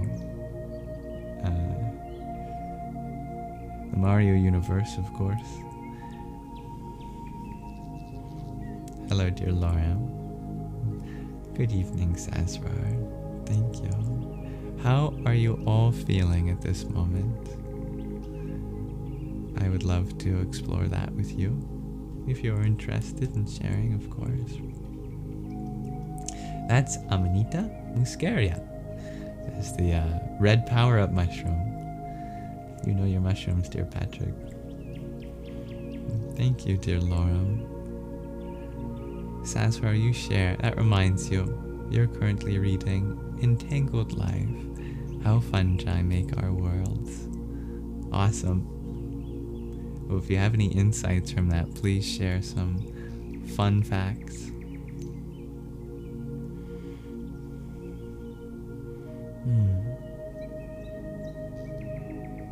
You're feeling peaceful, Jack? I'm happy to hear that.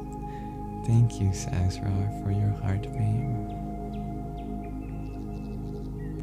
Om Ham Jum Sa Triambakam Yajamahe Sugandhim Pushti Vardhanam Urvarukam Iva Bandhanan Mrityor Mukshiyamamrita. Patrick, you shed a joy of tear. No, a tear of joy. A joy of tear. A tear of joy when I did that mantra, the one before. You don't know why. Om Namo Narayanaya. Maybe the form of Vishnu, the maintainer, calls out to you.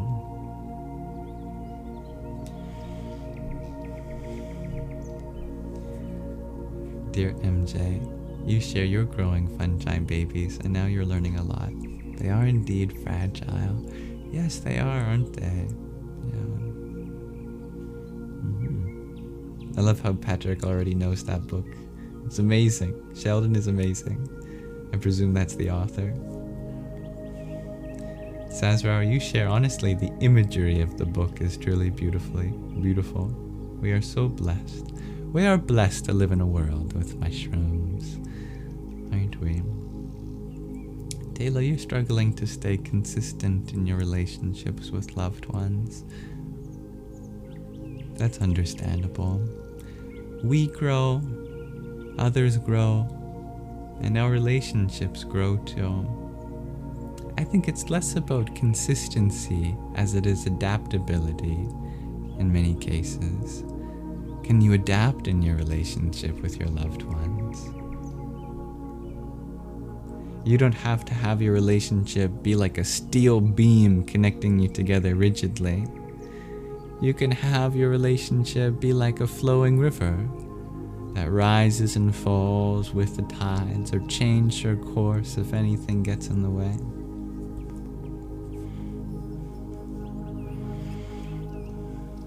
That's very true, dear Pablo.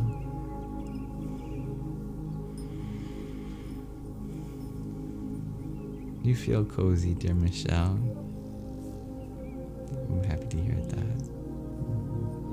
Oh, thank you for being here. Behold my pipe dream.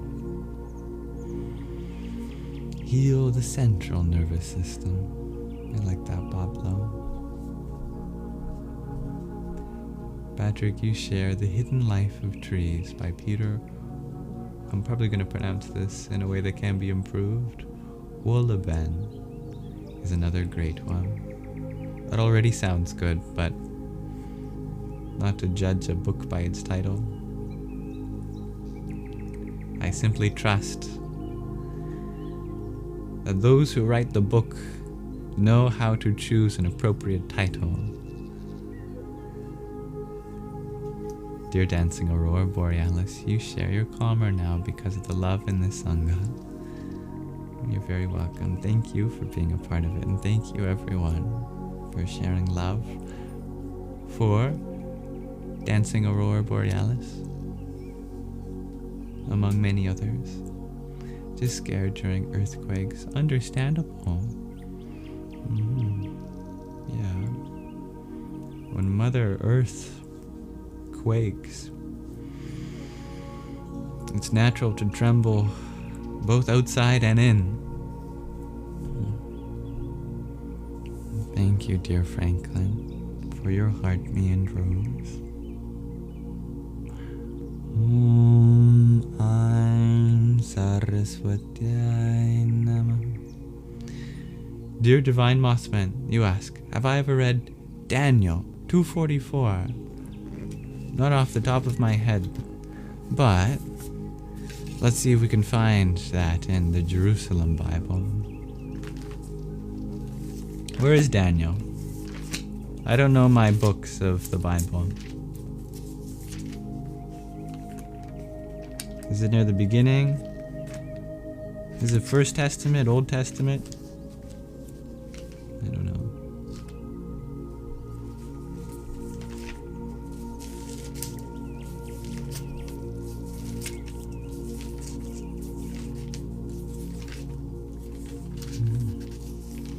Dear Patrick, you're moving to Rotterdam to work and live, April 23rd. Any advice? Remember that wherever you go, you make a home out of it. And I'm sure you'll be able to find lots of different fungi there.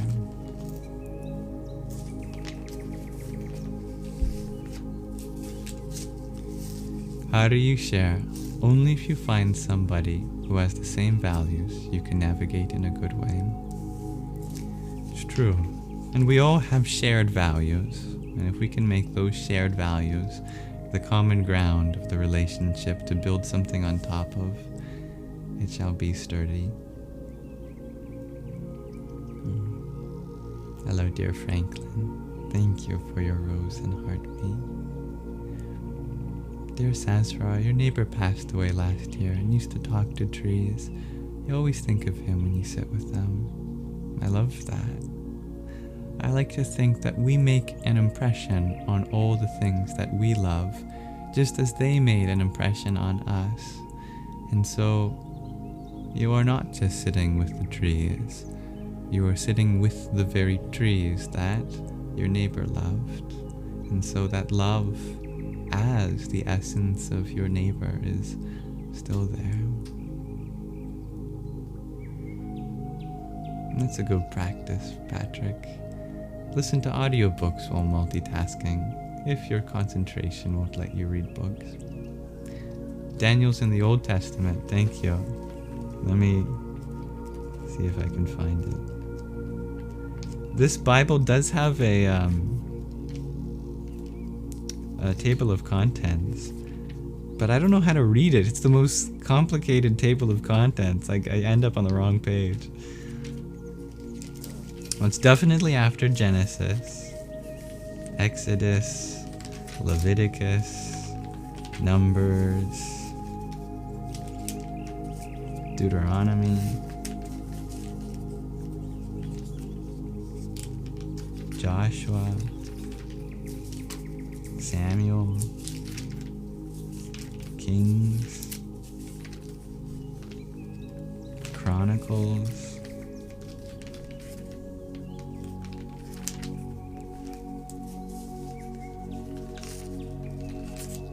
Ezra,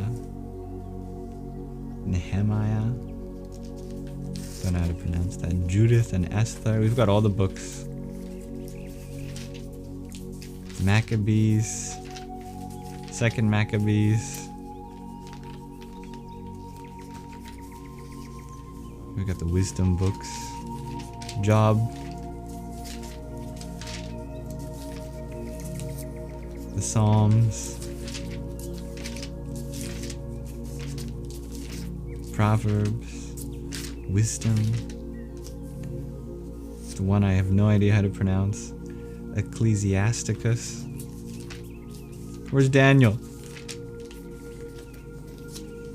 Isaiah, Jeremiah, Ezekiel, Daniel, we found him. I've forgotten what verse it was. 244. Okay.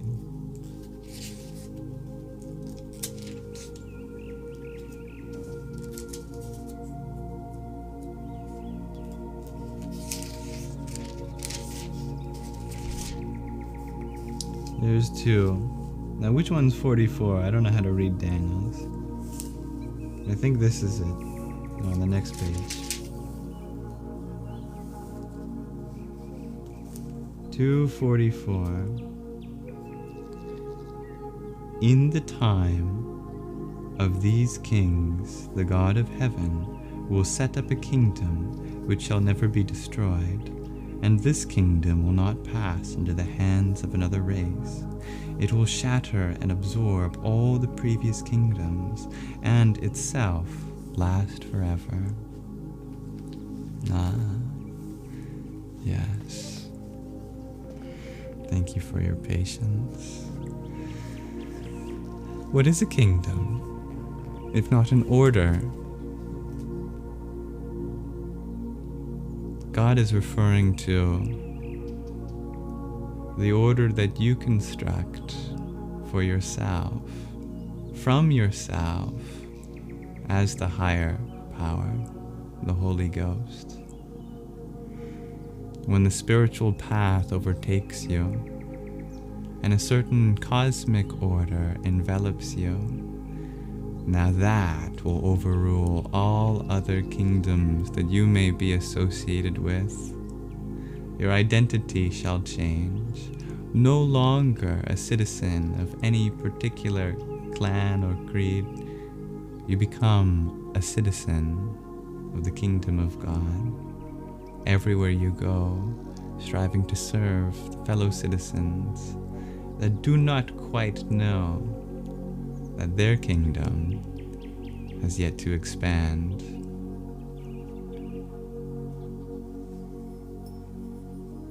Thank you, dear sweet Mia, for your rose. Om Namo Bhagavate Rudraya.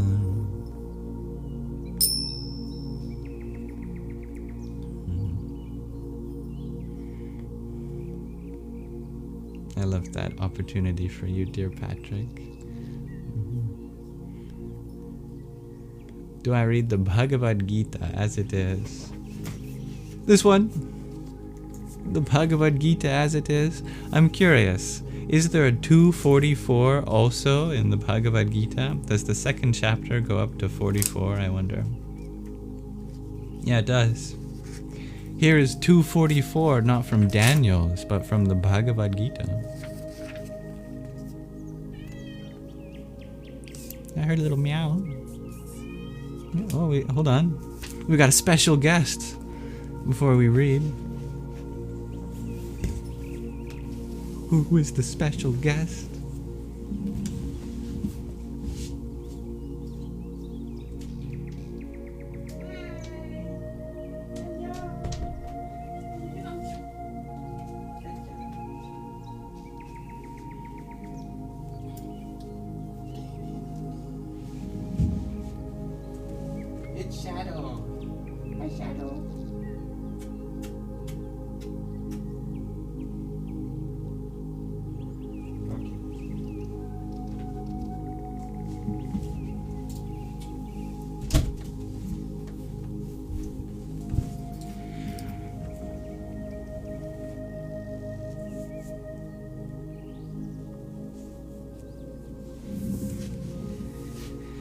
We love a shadow cameo. Or a cameo, I should say. I love everyone. Did you know you are so loved, dear Shadow? By many people. Dozens, I tell you. Dozens.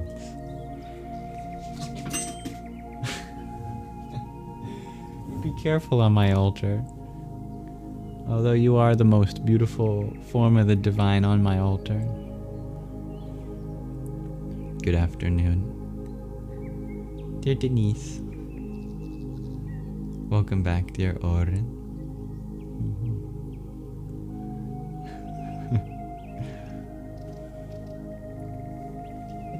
I want Shadow to be the host of the live too.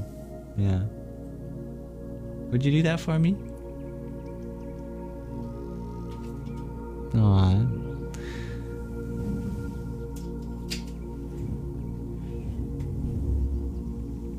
Now he's standing on my computer tower. He's just gonna look at me maybe. Don't chew on that, that's my Wi-Fi. If you chew on that, we'll have no Sangha. Yeah. Okay. I know. Yeah. Yeah, I love you.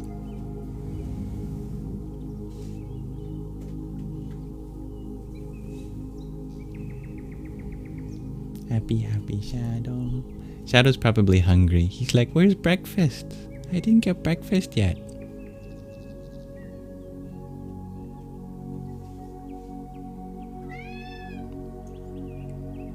That's a big yawn. Yeah?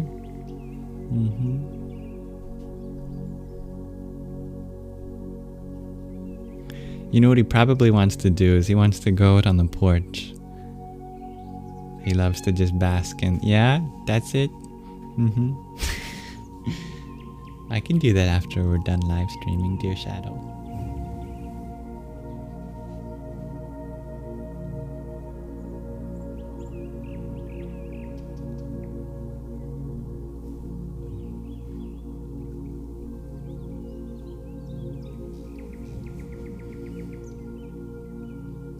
I will happily give you my attention soon, dearest Shadow.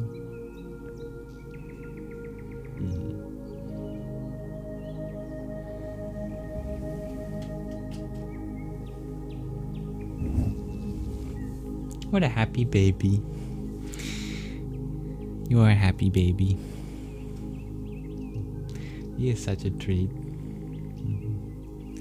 I have heard of you, G. Krishnamurti, dear Pablo. Yeah. He's a very interesting character, isn't he?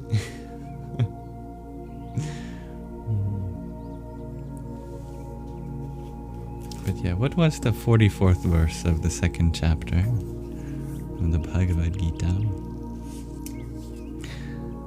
Om Bhogaishwarya Prasaktanam Taya Pahrta Chetasam Vyavasayatmika Buddhi Samadhana Vidhyate. In the minds of those who are too attached to sense enjoyment and material opulence, and who are bewildered by such things, the resolute determination for devotional service to the divine does not take place.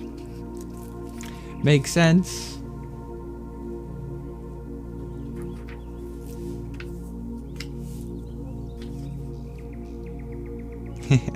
Now that's funny. That's not actually a very literal translation. That's a much more Vaishnava translation. Actually, the word is... They translated buddhi as devotional service to the Lord. Buddhi means intellect. Samadhau means in the controlled mind. And na vidhyate means does not take place. So a more literal translation is, for those who are too attached to sense enjoyment and material opulence, those who are bewildered by such things, the resolute, having a controlled intellect does not take place. Yeah. That's why it's always important to have the word-by-word translation, if you can get that too, of the original Sanskrit. Because there's all sorts of different traditions that interpret it differently.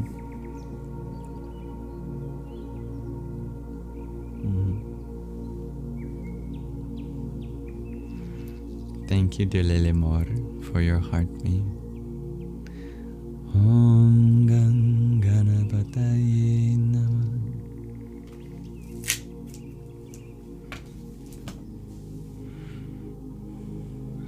Thank Thank you, dear sweet Mia, for your tiny. Yippee! I'm gonna go let Shadow back out of my room now. He's so cute. Look at this cutie patootie. Yeah, you wanna go out? I open door for you.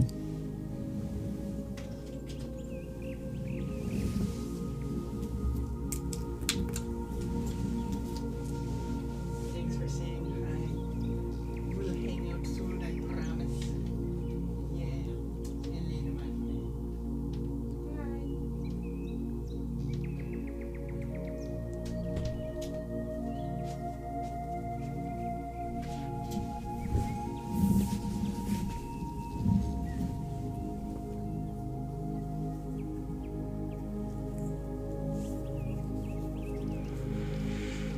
And thank you, Jack, for your tiny. Yahoo! Much love to you, dear medic man.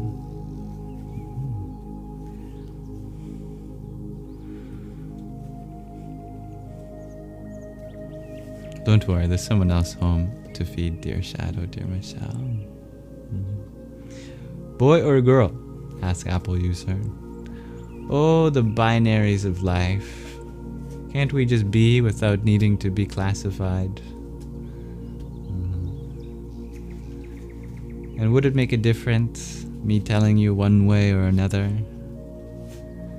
We're all just human. When did gender become necessary in this conversation? This conversation takes place beyond gender.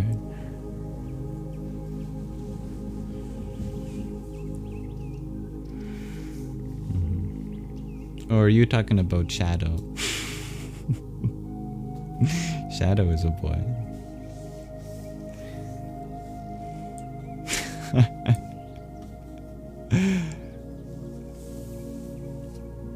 Thank you, dear Johan.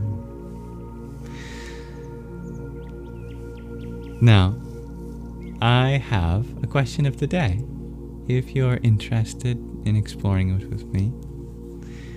In the spirit of The Journey Home, the book that we listened to the last chapter of, my question today is, how can we feel at home wherever we go?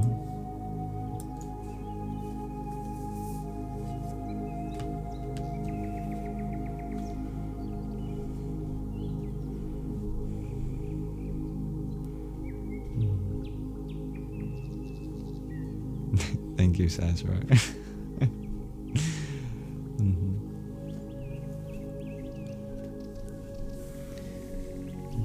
No attachment, shares Raven.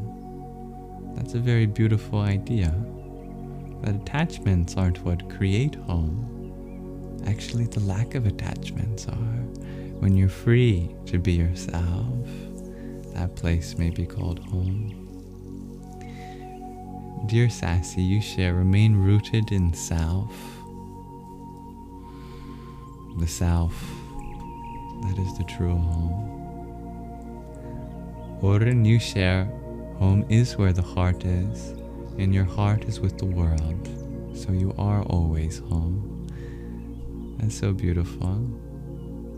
Sazra, you share, where we feel safe, welcome, and at peace. I like that. Very simple. Dear Deanne, you share, by becoming more familiar within ourselves. Familiar within ourselves. What a beautiful idea. Shakira, you share, when you close your eyes and breathe. Yeah. You can do that wherever you go. Except maybe underwater. Don't do that underwater. Unless you're breathing in that super oxygenated fluids that are sometimes employed in advanced diving techniques, then you're allowed to breathe.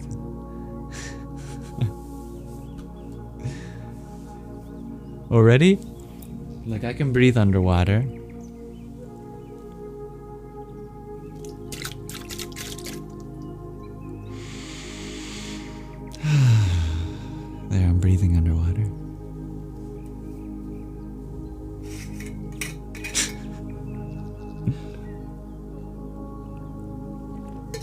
Jack, you think if you can maintain a little consistent routine, you can feel at home wherever you are. Yeah, I like that. Your routine can become your home. Hari, you question the question. How? We are at home everywhere. It is just a fact. This is very true, dear Hari. So how can we make this fact a realization? Hello, dear Sargam. Dear Riri, you share, you already feel at home. You just think you don't. Ah, beautiful. Dear Rosa, you share becoming part of a community. And there are people to commune with wherever you go. If not people, other animals. If not animals, plants. If not plants, fungi. If not fungi, little microbes. If not microbes, you got rocks. If not rocks, well, where are you that doesn't have rocks? Every place got the rocks. You can make a friend with any rock. Have a little rock community. Play some rock music. Hit rocks together. You're going to Denver soon.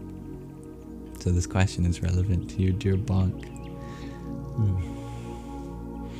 I hope there's some answers here that can help guide you. Deanne, you share, the more you become familiar to yourself, the more you are your home sweet home. What a beautiful elaboration on that. Thank you. Dear Stevie G, you share, tap into the inner world where it's always home. Trust and have faith that you're safe, and love. You're safe. You're safe and loved beyond the body and mind. Dear Sassy, you ask if I have thoughts on aliens. No, I'm still trying to think about how I can be a good human, how I fit into the forms of life around me.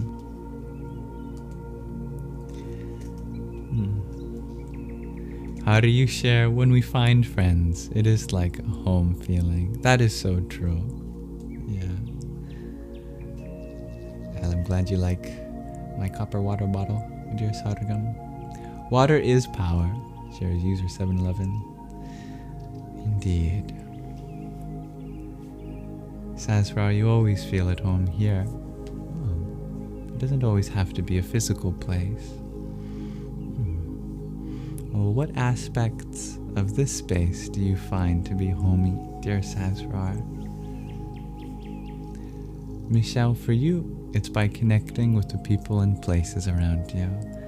Yeah, that sense of connection. That's good. User 711, you share, the earth is your home for now, isn't it? Me too. You love rock, shares me Ananda. You have a whole collection of them at home. Oh, there you go. So there is a correlation between rocks and home for you. Michelle, you share, home is not just a physical space. It is a state of mind. That's beautiful. Connor, you share, by learning to feel at home with ourselves, we are already home, surrounded by the one we love. That's so beautiful, Connor. Thank you for sharing that. Miananda, you share, by finding abode of divine within. Once you go within, you never go without. Once you enter that kingdom of heaven that Jesus said is inside, you reach eternal salvation. Sargam, have I ever thought of doing voiceovers? I have, but I think I'd be so frustrated because they have to be perfect. Well, most companies, at least, if I had to work for one, they have very strict guidelines on how the quality of your voice should sound and that you should redo words that you mess up. I'm sure if you get into a flow, that's all easy, but I kind of like the natural flow of reading that we do in our live streams here. And I do upload the clips of all of the books that we've read on individual playlists on my YouTube channel. We've done quite a few books now. We're collecting a library of impromptu audiobooks. But I'm very grateful that you find my voice worth listening to. Dancing Aurora Borealis, you used to play making families out of rocks. Papa Rock, Mama Rock, etc. Aw. Actually, you reminded me, I used to do that with sticks. I'd create a little stick family. And I'd trade them with others at school. I started a little trend with me and my friend. We called them Stickalises. We would trade all of our Stickalises. I love a good stick. Dear Morgan Prabhu, you ask for any tips on practicing detachment. Well, Lord Krishna says in the Bhagavad Gita that the only thing we have to detach from is the outcomes of our actions. And that is done through the practice of karma yoga, fueled by bhakti yoga, as an expression of your jnana yoga. That is to say, with the knowledge that you are a soul, serving the same soul within all creatures, then your greatest gift is in the action itself. That non-attachment to outcome is found through making your actions prayerful, devotional, no matter how small. Even if you're brushing your teeth, you brush your teeth for the purpose of having a bright smile to share with others, for example. Or because you take care of this body as it were a child of this universe, as you would want all children of this universe to be taken care of. For example, no matter how small the action is, with your knowledge, connected to the divine in some way, and use that as devotional service.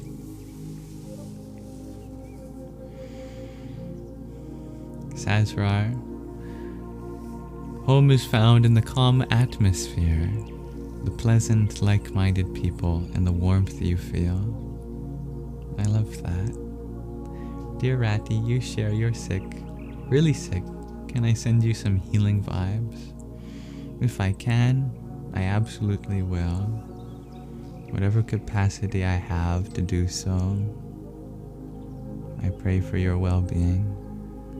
There's a very funny sounding mantra dedicated to two Ashwanis, horses, who are said to be twin physicians by the ancient people of India, and their bija, their seed mantra for healing goes like this. Am Ram Rlam Ashwini Bhyam Namah. Am Ram Rlam Ashwini Bhyam Namah. Am Rlam Rlam Ashwini Bhyam Namah.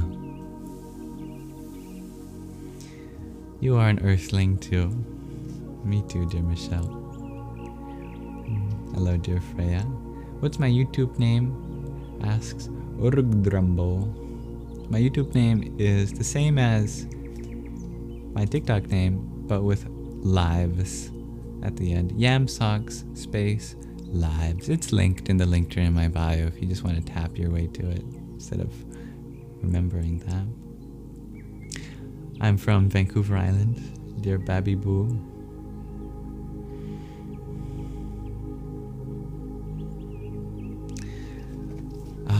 No, Sadhguru's book is not the next book I'll read, dear Stevie G.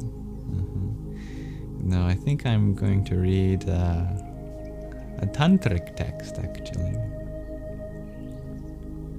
Rocks can give birth, but you don't remember where you've read this, shares user 711. That's how legendary of you, just dropping that fact without a reference. Rocks can give birth. I somehow believe you. Yeah, there's a way to make sense of that. Sid, you ask, can we date? No, we cannot date, but I'm happy to be there for you in more platonic ways, as true connection need not be any sort of physical or romantic intimacy. The highest form of love is unconditional, after all.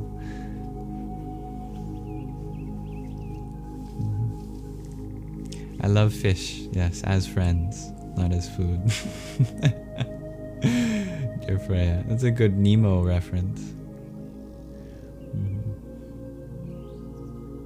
Namaste, dear Cecil.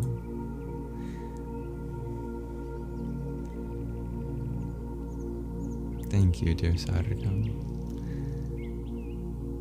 Thank you, dear Morgan Prabhu. Earth is our home. Look at it from a universal perspective. I like that. Zoom out, dear Andrew. Hello, dear Ninmax again. Dear Kieran, you ask, what's the best thoughts for the gym? Before and during. Before, you gotta mentally prepare yourself in the sense that you're going to do something that your body is going to fight against. Resistance is how you grow muscle, because your muscles separate at the level of the cells in order to fill that space with new cells.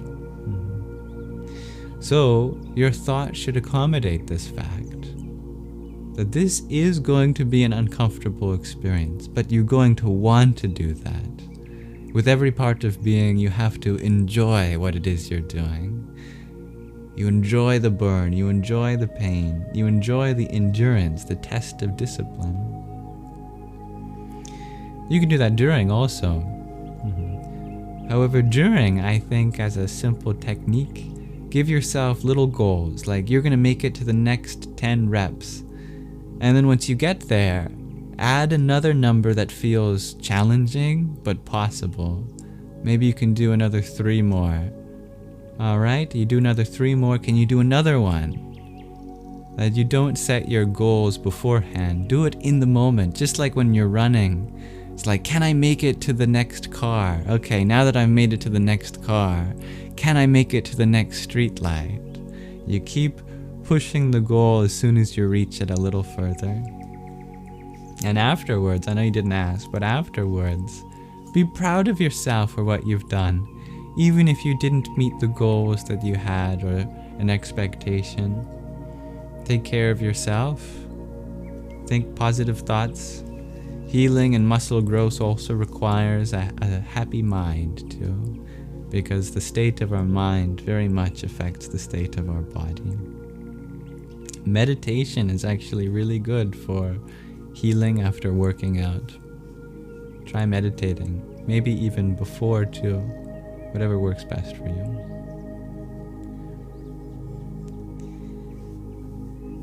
Hello, dear Sassy. Oh, I'm grateful the YouTube channel is beneficial for you, dear user 711. Yeah. I'm glad you get the double meaning, dear Morgan Prabhu. Hello, dear Abel. Thank you, dear Sazrar. You know, I think I would like to read Sadhguru's book sometime, dear Stevie G. Yeah.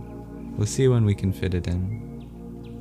Freya, you're trying to quit smoking and it's so hard and stressful. Yes, it's very hard. In fact, I've heard doctors say that the withdrawal from nicotine can be even harder to go through than opioids. Fortunately, it is possible.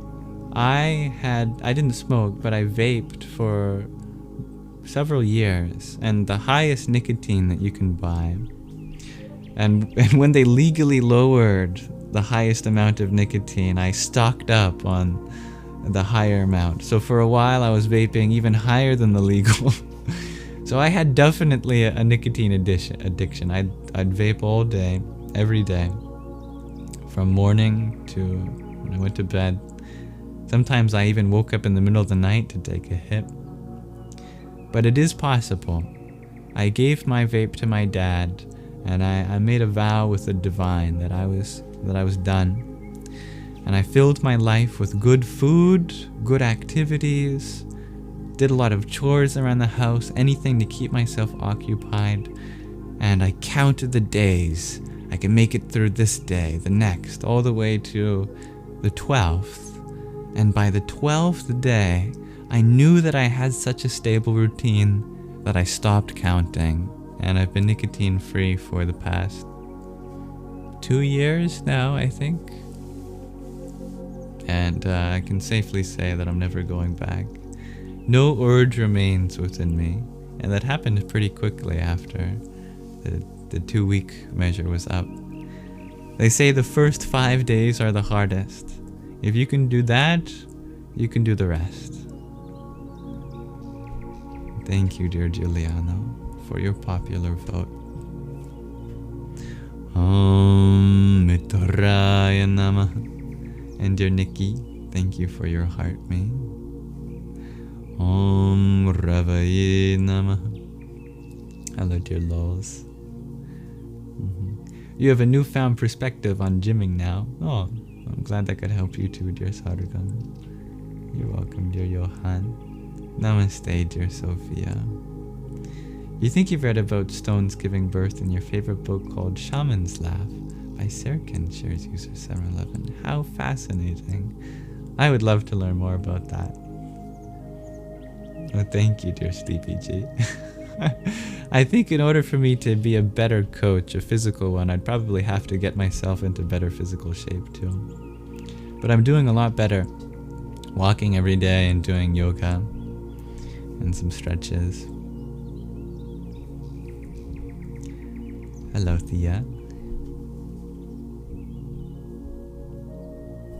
User 711, you share it's possible to quit smoking in one day, but you'll have to quit particular mentality. That's very true.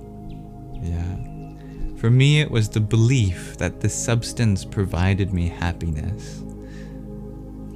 But actually, I soon learned that the happiness was just in that urge going away. That the urge was just unhappiness. And then when the urge went away, I was left with my natural state. In other words, happiness isn't gained from fulfilling a desire. It's from the desire leaving you. So over time, the desire leaving you is yet another way to feel this very same happiness that you got from the substance. Thank you, dear Merle, for the finger heart you shared too. Om Suryaya Namah.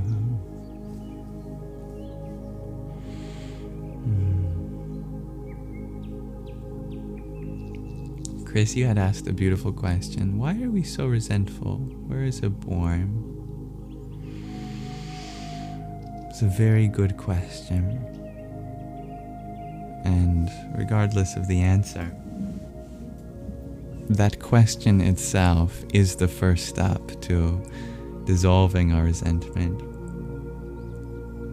Resentment is like swallowing poison and expecting the other person to die. If you really think about resentment, it doesn't actually make that much sense. It is born from a misconception that the negative energy we hold against someone will somehow change them.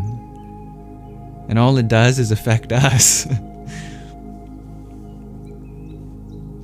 So thus to understand that our own energy can only truly transform this body and mind, then our duty is not to cultivate any idea of expecting anyone else to change. In this world, either our environments change or we do.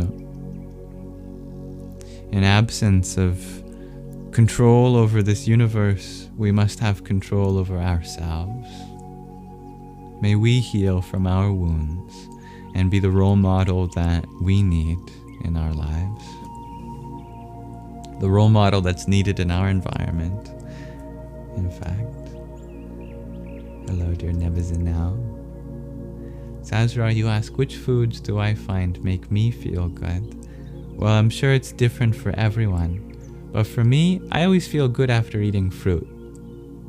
If it's a fruit that doesn't have anything wrong with it, a fresh fruit. You never want to need a food coma after you eat a banana, unless you've already eaten a bunch of stuff before, or you're already nauseous for some other reason.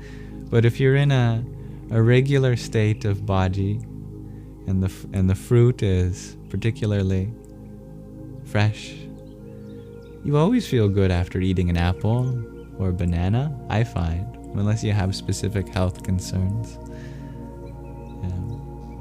What kind of yoga do I practice? Asks Connor. I practice karma yoga for my actions, jnana yoga for my knowledge, bhakti yoga for my love.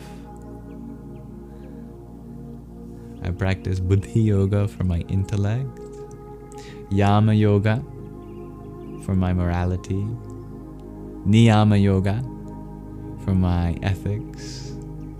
I practice ashtanga yoga, the other limbs of ashtanga yoga, to live a holy life in wholeness and wholehearted wholesomeness in this body and mind. Hatha yoga for the body, pranayama yoga for the breath, dhyana yoga. I practice yoga, all the yogas.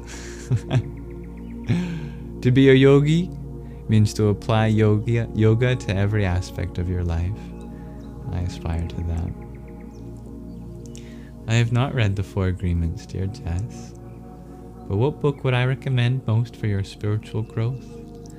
Just as you have a pencil in your username, dear Jess, the one you write yourself in your journal will be the most beneficial for your spiritual growth, the one that comes directly from your spirit, growing through processing the infinitude of experiences already inside you. Dear Mark, you ask, do I have any way to overcome chronic pain without pain medication? I am no doctor, and I cannot prescribe miracles, but I can tell you that meditation is an excellent way to bring your consciousness to something other than the body and mind, so that you enter a state of deep healing. And in those moments of transcendent consciousness, you will feel at peace, regardless of what the body and mind are going through.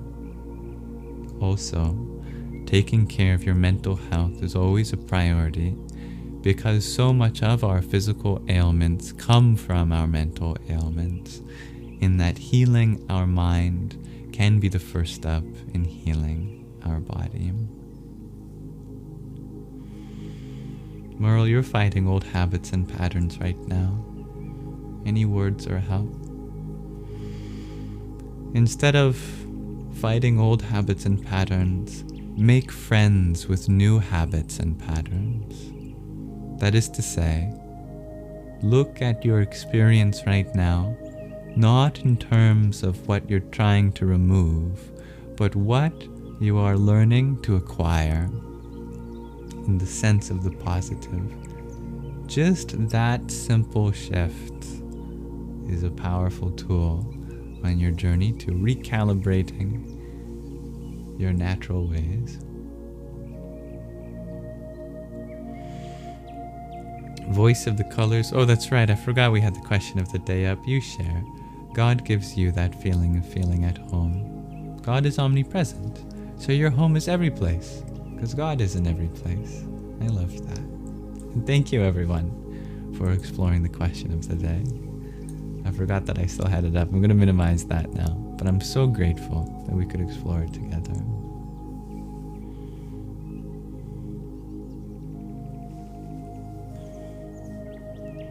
Hello, dear David. Do I have any tattoos? And if no, would I like one? I don't have any tattoos. And every time I think about what kind of tattoo I want, I remember that really, I know this body will come and go, but I want to imprint on my consciousness. On the heart of my heart, I would like to tattoo the loving kindness of everyone that I meet in life. I wish to be imprinted upon in that way. Not unlike the name of the podcast that's on here, Consciousness Prints, which is incidental. Very grateful to have been on that podcast by Jonathan. Thank you, dear Kinder. Dear Stevie G, you call upon all the fruit to be with you in your tummy. Me too. Do I practice spiritual journey, shares David. Well, everything we practice is part of our spiritual journey. So how to focus your mind, dear Mark, during chronic pain? Practice with a physical object, like a candle flame. Bring your gaze to the candle flame. You can set yourself about 4 or 5 feet apart. Make sure that it's at eye level, and the room is not such that wind is going to blow it so it flickers too much. In a steady space, you could look at a candle flame, or if that's not possible, you can pick a tree or a large body of wire, maybe some cool wire sculpture, but I meant to say fire, or water. That's what I was trying to say water, but my mind went to fire at the same time, so I said wire. A large body of water or a campfire, something like that. Take some element of nature. You can even pick clouds or an empty sky. And at sunrise or sunset, you can pick the sun also. Or the night sky, you can pick a star. Some part of nature. Bring your awareness to that and try to increase the duration of time that you can look at that without your mind wandering. In all honesty, it might be a few seconds in the beginning and maybe lead up to several seconds after the first few days, maybe a few minutes after your first few weeks. And if you really want to be a seasoned meditator, you can work up to hours after months or years. And don't forget dynamic meditation. Thanks, user 711. For example, you're very active and can't sit, but you do meditate when you walk or run. I love that.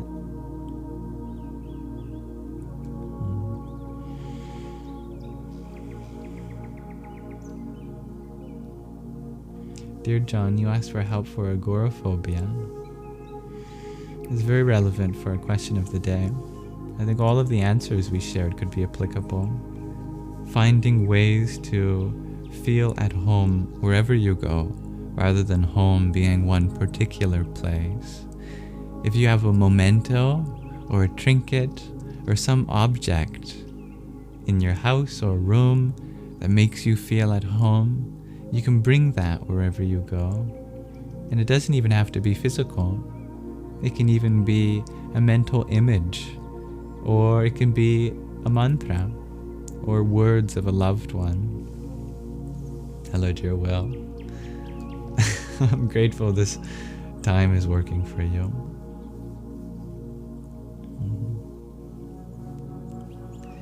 Where did my journey begin, asks David. I don't think it began in any place. It just was something I started to notice that I was on over a gradual period of time. And have I always known my way? I think deep down we all know. But at the level of our human experience, we never truly know. Hello, dear Ariel. Thank you. I have not seen your podcast with Scary Hours. You don't even know the name of the podcast you were on. That's funny. Yeah, Scary Hours was the name of the podcast that you were on. No, I haven't, but yeah, I would love to see it. I don't still make weird math videos, dear Jalen. But if you ever want to explore those topics here, I'm here for you. Yes, the live stream will be uploaded to my YouTube channel, dear John. David, you ask, could I speak on spiritual materialism? Well, there's two ways you could interpret this. There's spiritual materialism, and then there's material spiritualism, depending on what you mean.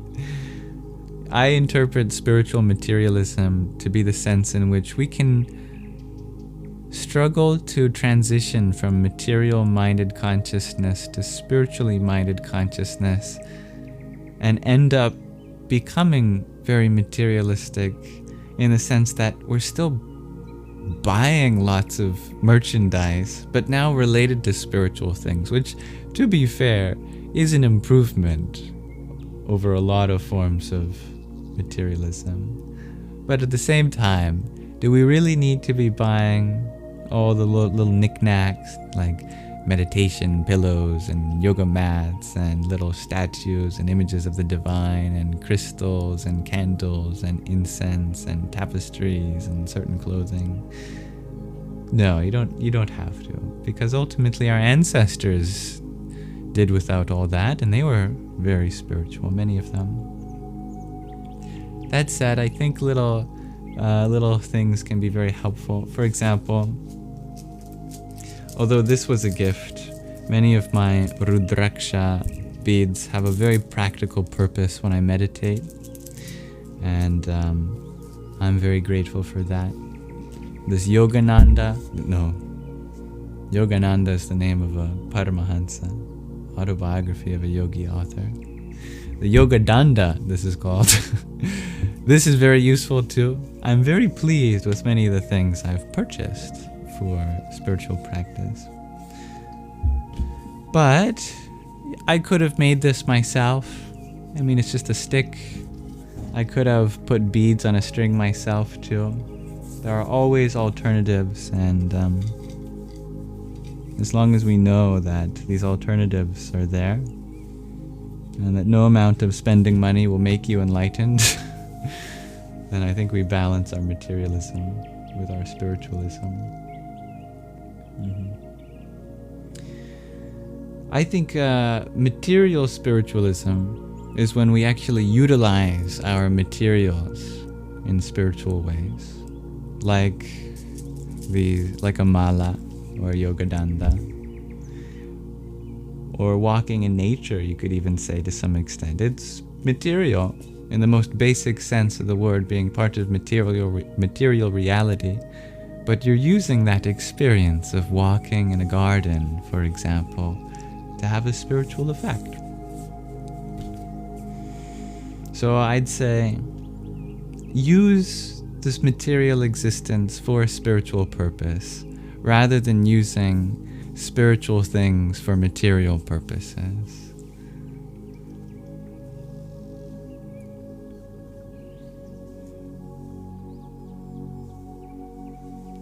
Dear Carol, you ask, what is the spiritual perspective about people who have lost their minds and are clinically insane? That's a very heavy topic, dear Carol. We shall navigate this with respect and care. One spiritual perspective, very simply, is that clearly these people demonstrate the importance for us to take care of our mental health. When we see someone who is living in such discomfort within their own mind, that's a reminder for us to be very cautious in dealing with the delicacy of our mind. Our mind is ultimately a fragile thing, and to take care of it is not an easy thing. For them, I think modern psychology is getting better and better at finding the right diagnoses, and previously people who were considered lost causes, more and more people are regressing in their negative symptoms, and a greater class of mental statuses can be healed and brought back to what may be considered part of our consensual reality. There will always be those who truly, for whatever reason, cannot seem to be helped. And maybe deep down, that's because they've chosen that.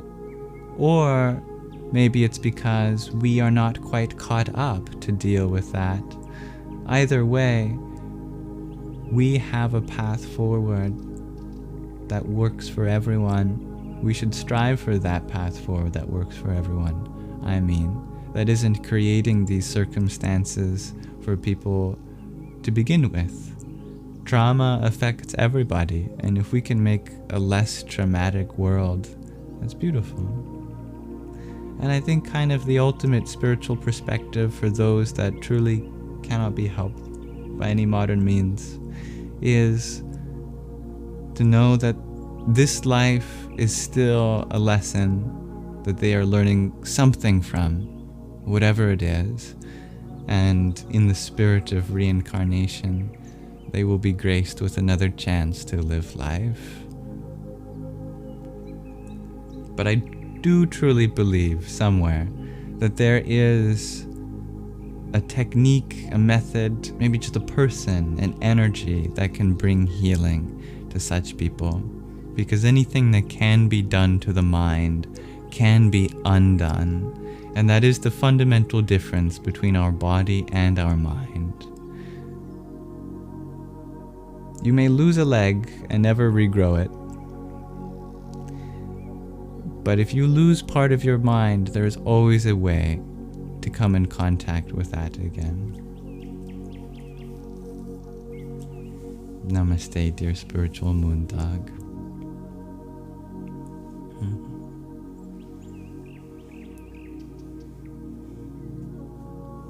You think you would struggle without your sage stick?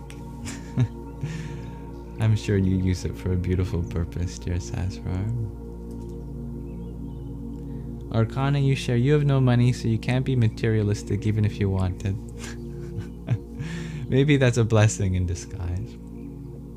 Still, Krishna does warn of those, even in such conditions, that their minds can still yearn for things that they would pursue if they had the means. Wiser are they who have the capacity to pursue those things and yet choose not to. In other words, you don't have to become a renunciant. You don't have to give up everything around you. Just at the level of the mind, give up attachment to outcome. Do I have a drum? Asks user 711. I don't think I have a drum. No. David, you ask, what does it really mean to be spiritual? Well, you are spirit. Spirit means what you are in essence. To live spiritually through your body and mind, which are only expressions of that underlying spirit, means that your body and mind are not seen as you, not as spirit as your essence, but as instruments to channel that spirit, that everything you do is in relation to spirit. When you live spiritually, it means that everything you live for is in some way or another related to the spirit that you are and the spirit that everyone is, the essence of the universe. In my opinion. Dear Lavinia, you ask, what do I think about the relationship between AI and humans? I think we should strive to have a healthy relationship with all forms of this universe, awakened unto itself, whether in the form of flesh, based on carbon or circuitry based on silicon. It's all the same energy at the end of the day. Dear Jack, you had asked, what do I think of stagnation? Where you feel at peace in general, aligned, but without growth. You've reached a plateau. You'll always get higher and higher on the spiritual mountain. And when you get to a point where you're not climbing higher, it's because you're walking forward along a plateau. And those plateaus are beautiful resting points for all the climbing and growing you've done so far. Maybe it's just seasonal. Yeah, there are natural times to rest in the cycles of nature. What are my thoughts on the Freemasons? Asks Spiritual Moon Dog. Or the Illuminati? All I know is that I think the best way to be spiritual is not in secrecy, but public. Let your spiritual life be a public one. Is there anything guarded in secret societies that you can't access within yourself? No. All knowledge on the spiritual plane is with every living creature. There's no need to pretend like some people have the secret and other people don't. Everyone has access, so there's no need to guard it. Thank you, dear MILF Coffee, for your heartbeat. And GG. Om Bhanave Namaha. Yes. Take care of the mind. And thank you for relating with that, dear Stevie G. Hello, dear Jackie. Greetings, dear Stephen. Yes. Don't forget your helmet when you go to space. Well said, Zoe. Thank you, Stephen. Greetings, Erica. Yeah, indeed, dear user 711. That's a beautiful symbolism, dear Sassy. Thank you, MILF Coffee, for a TikTok and a finger heart too. Om Pushne Namaha. So I'd like to transition to our meditation. Before we do so, there's an intermission of some poetry reading. You know who he is? The lawyer turned poet. His name is... Say it with me.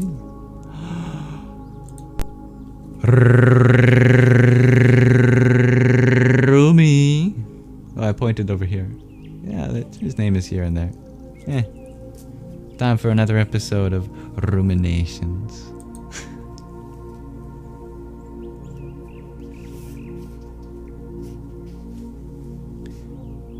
This poem is called Whispers of Love. Love whispers in my ear, better to be a prey than a hunter. Make yourself my fool. Stop trying to be the sun and become a speck. Dwell at my door and become homeless. Don't pretend to be a candle, be a moth, so you may taste the savor of life and know the power hidden in serving.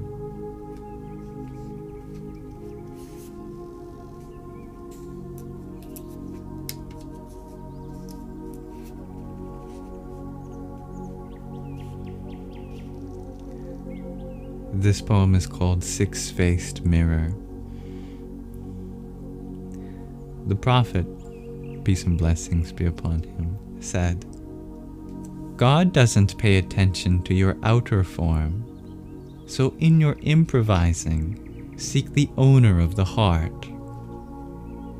God says, I regard you through the owner of the heart, not because of prostrations in prayer, nor the giving of wealth in charity.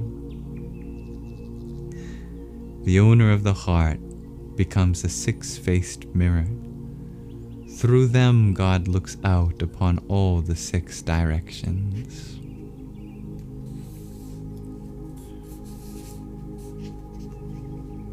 That saying is an extra Quranic revelation known as the Hadith Qudsi. It's very beautiful. What are the six directions? I assume it's north, east, south, and west, as well as up and down.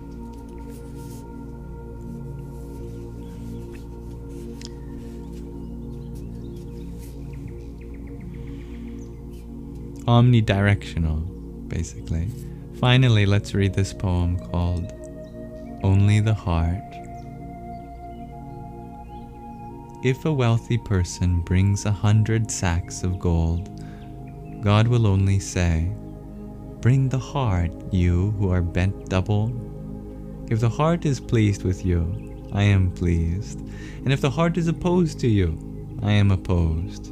I don't pay attention to you. I look at the heart. Bring it, poor soul, as a gift to my door. Its relation to you is also mine. Paradise is at the feet of mothers. The heart is the mother and father and origin of all creatures. The one who knows the heart from the skin is blessed. You will say, "Look, I have brought a heart to you." God will respond, "The world is full of these hearts. Bring the heart that is the axis of the world and the soul of the soul of the soul of Adam. The ruler of all hearts is waiting for a heart filled with light and goodness."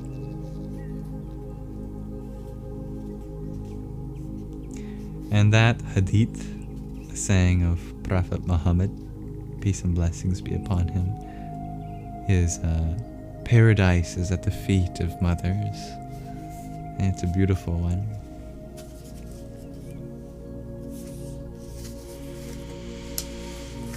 Thank you for listening. That has been another episode of Ruminations, and I really enjoyed those poems, especially today. I'm very grateful to listen to them as I read. If that brought out any insights, you are always welcome to share them. Pardon me.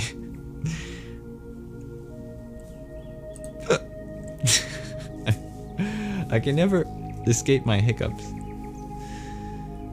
It's only the duration between the hiccups just gets larger over time. Thank you, Tap Dancing Zen Cat, for your quartet of roses. Jaya Satchitananda. Stevie G, you share one needs space for divine consciousness to be present in our awareness. I love that. David, you had asked, do I have guided meditations that you could listen to? I do. Every so often we do that instead of a mantra recitation at the end of these sanghas. And those are also in the same playlist of the meditations on YouTube. 7-Eleven, you have a Rumi oracle. You've never worked with it. You're going to get your Rumi oracle card. It's the dissolving light. It says, "You died as mineral and became plant." We read that poem recently. That was one of the recent poems in the Ruminations. Yes. I'm wondering if I can find that poem for you. I only have to go a few pages back.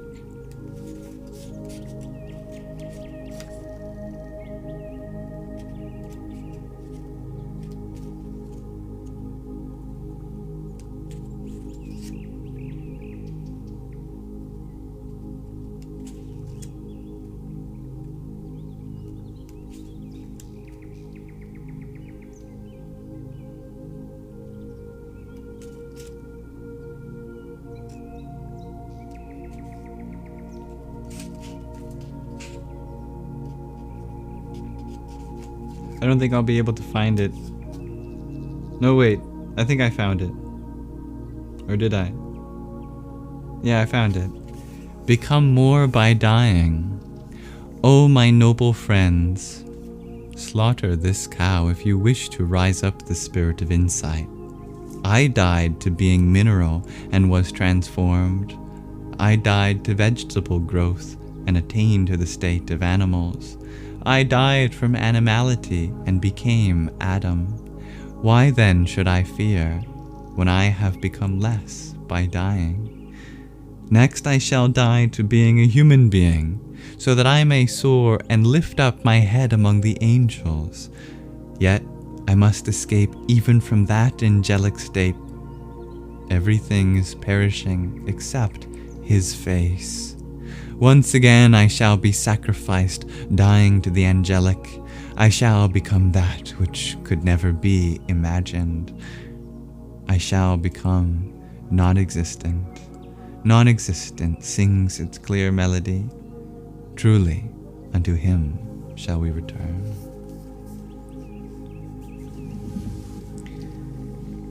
Thank you, It's All Legos, for your tiny, dear Talitha, thank you for your pair of donuts. Om Namo Bhagavate Vasudevaya. Dear Crystal, thank you for your pair of roses. Om Hiranyagarbhaya Namaha. And dear Lilemor, thank you for your 15 roses. Om Marichaye Namaha.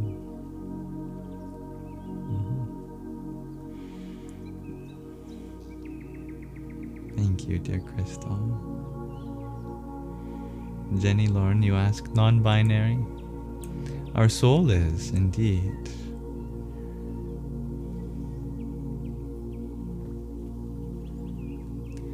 Now, let's transition to our final segment of our Sangha. May we meditate tonight together. Actually, I'm so used to saying tonight. It's not tonight at all for me. It is the afternoon. But we will be doing a meditation in theme of a particular night, which in theory takes place tonight. We're just doing it ahead of schedule. And I'll introduce that.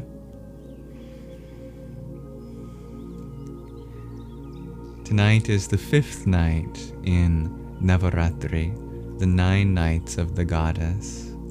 We've been doing a meditation for each of them so far, and I forgot to include the colors. Each night is associated with a different color.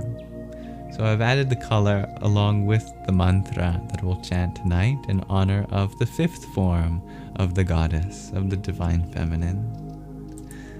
Tonight's form is Skanda Mata, which means mother of Skanda. Skanda is the son of Shiva and Parvati. They have a 6-headed son, brother of Ganesha. And there's all sorts of funny stories between Skanda and Ganesha. One story is that Shiva was gifted a mango of knowledge, or a fruit of knowledge, and the fruit's believed to be a mango.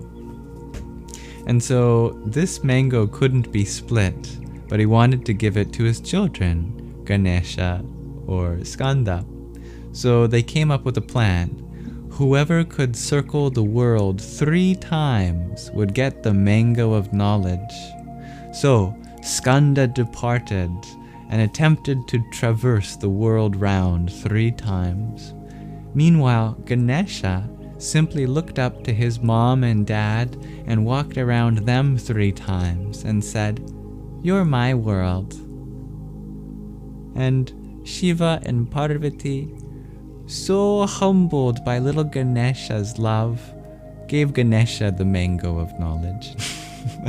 And when Skanda came back, he was furious. He thought he was cheated. I went and traveled the whole world, and my little brother just walks around you 3 times? Anyway,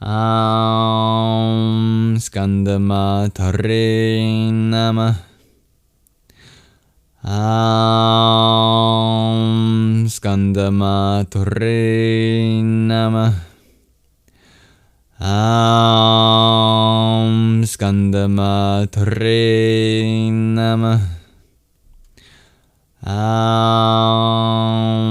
Skandamatre Namah. Skandamatre Namah. Skandamatre Namah.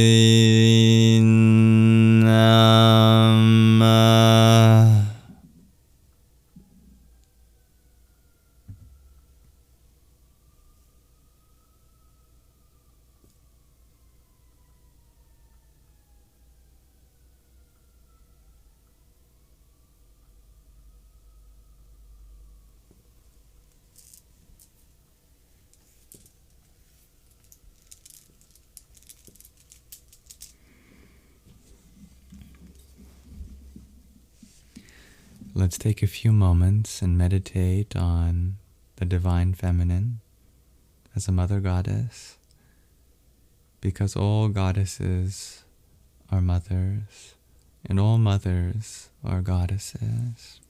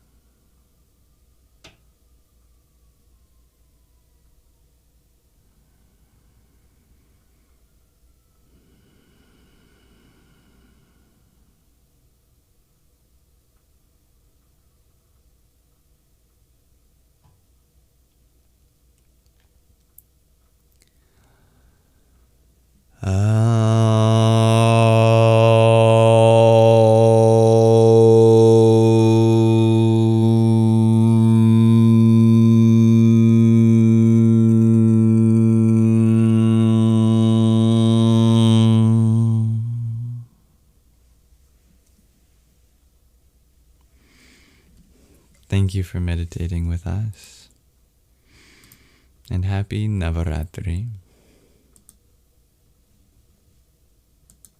That concludes our Nididhyasana, and with that, our live stream. So thank you all for taking a visit. I look forward to the rest of my day. And if there's anything I could ever clarify or add to or explore outside of the Sangha, something I couldn't get to during this live stream, you're always welcome to reach out. We have a Telegram super group chat and a Discord server, but there's also my inbox, which is forever open for free on Instagram or WhatsApp or Telegram or email. Welcome those who came whilst we meditated too. And thank you, dear dancing Aurora Borealis, for the swan you sent. Sadyojatam prapadyami sadyojataya vai namo namah. Bhave bhave nati bhave bhavaswamam bhavodbhavaya namah. And dear Eva Nora, thank you for your subscription.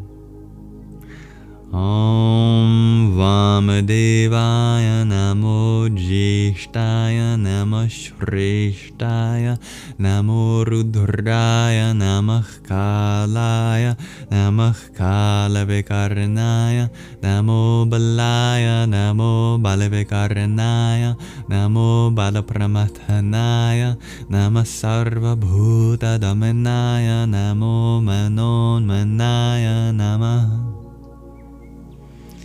I am Princess Mom. Thank you for your heart meme. Agorebhyo ta gorebhyo agora gore tarebhya sarvatah sarva sarvebhyo namaste rudra rupebhya. And dear Hasid, thank you for your tiny. Yippee! Thank you everyone for being here.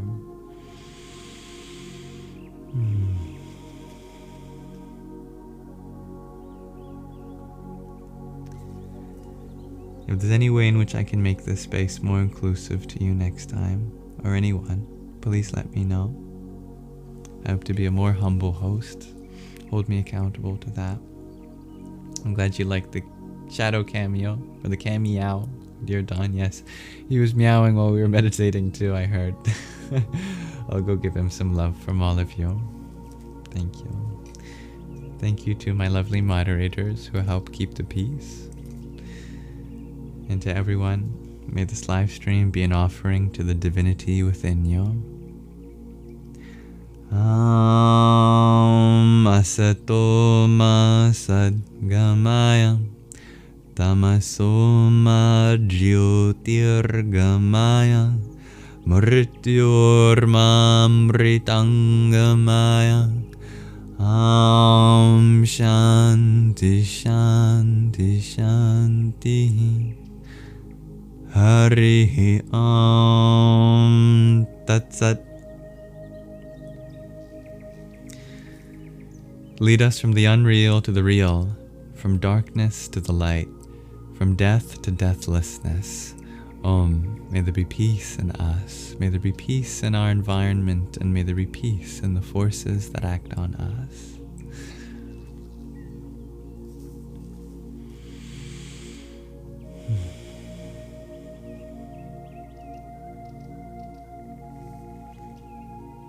May you all have a wonderful rest of your present moment.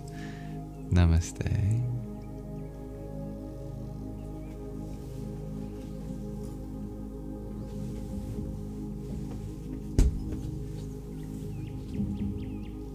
I'm looking for my ding-dings. I'm sitting on them.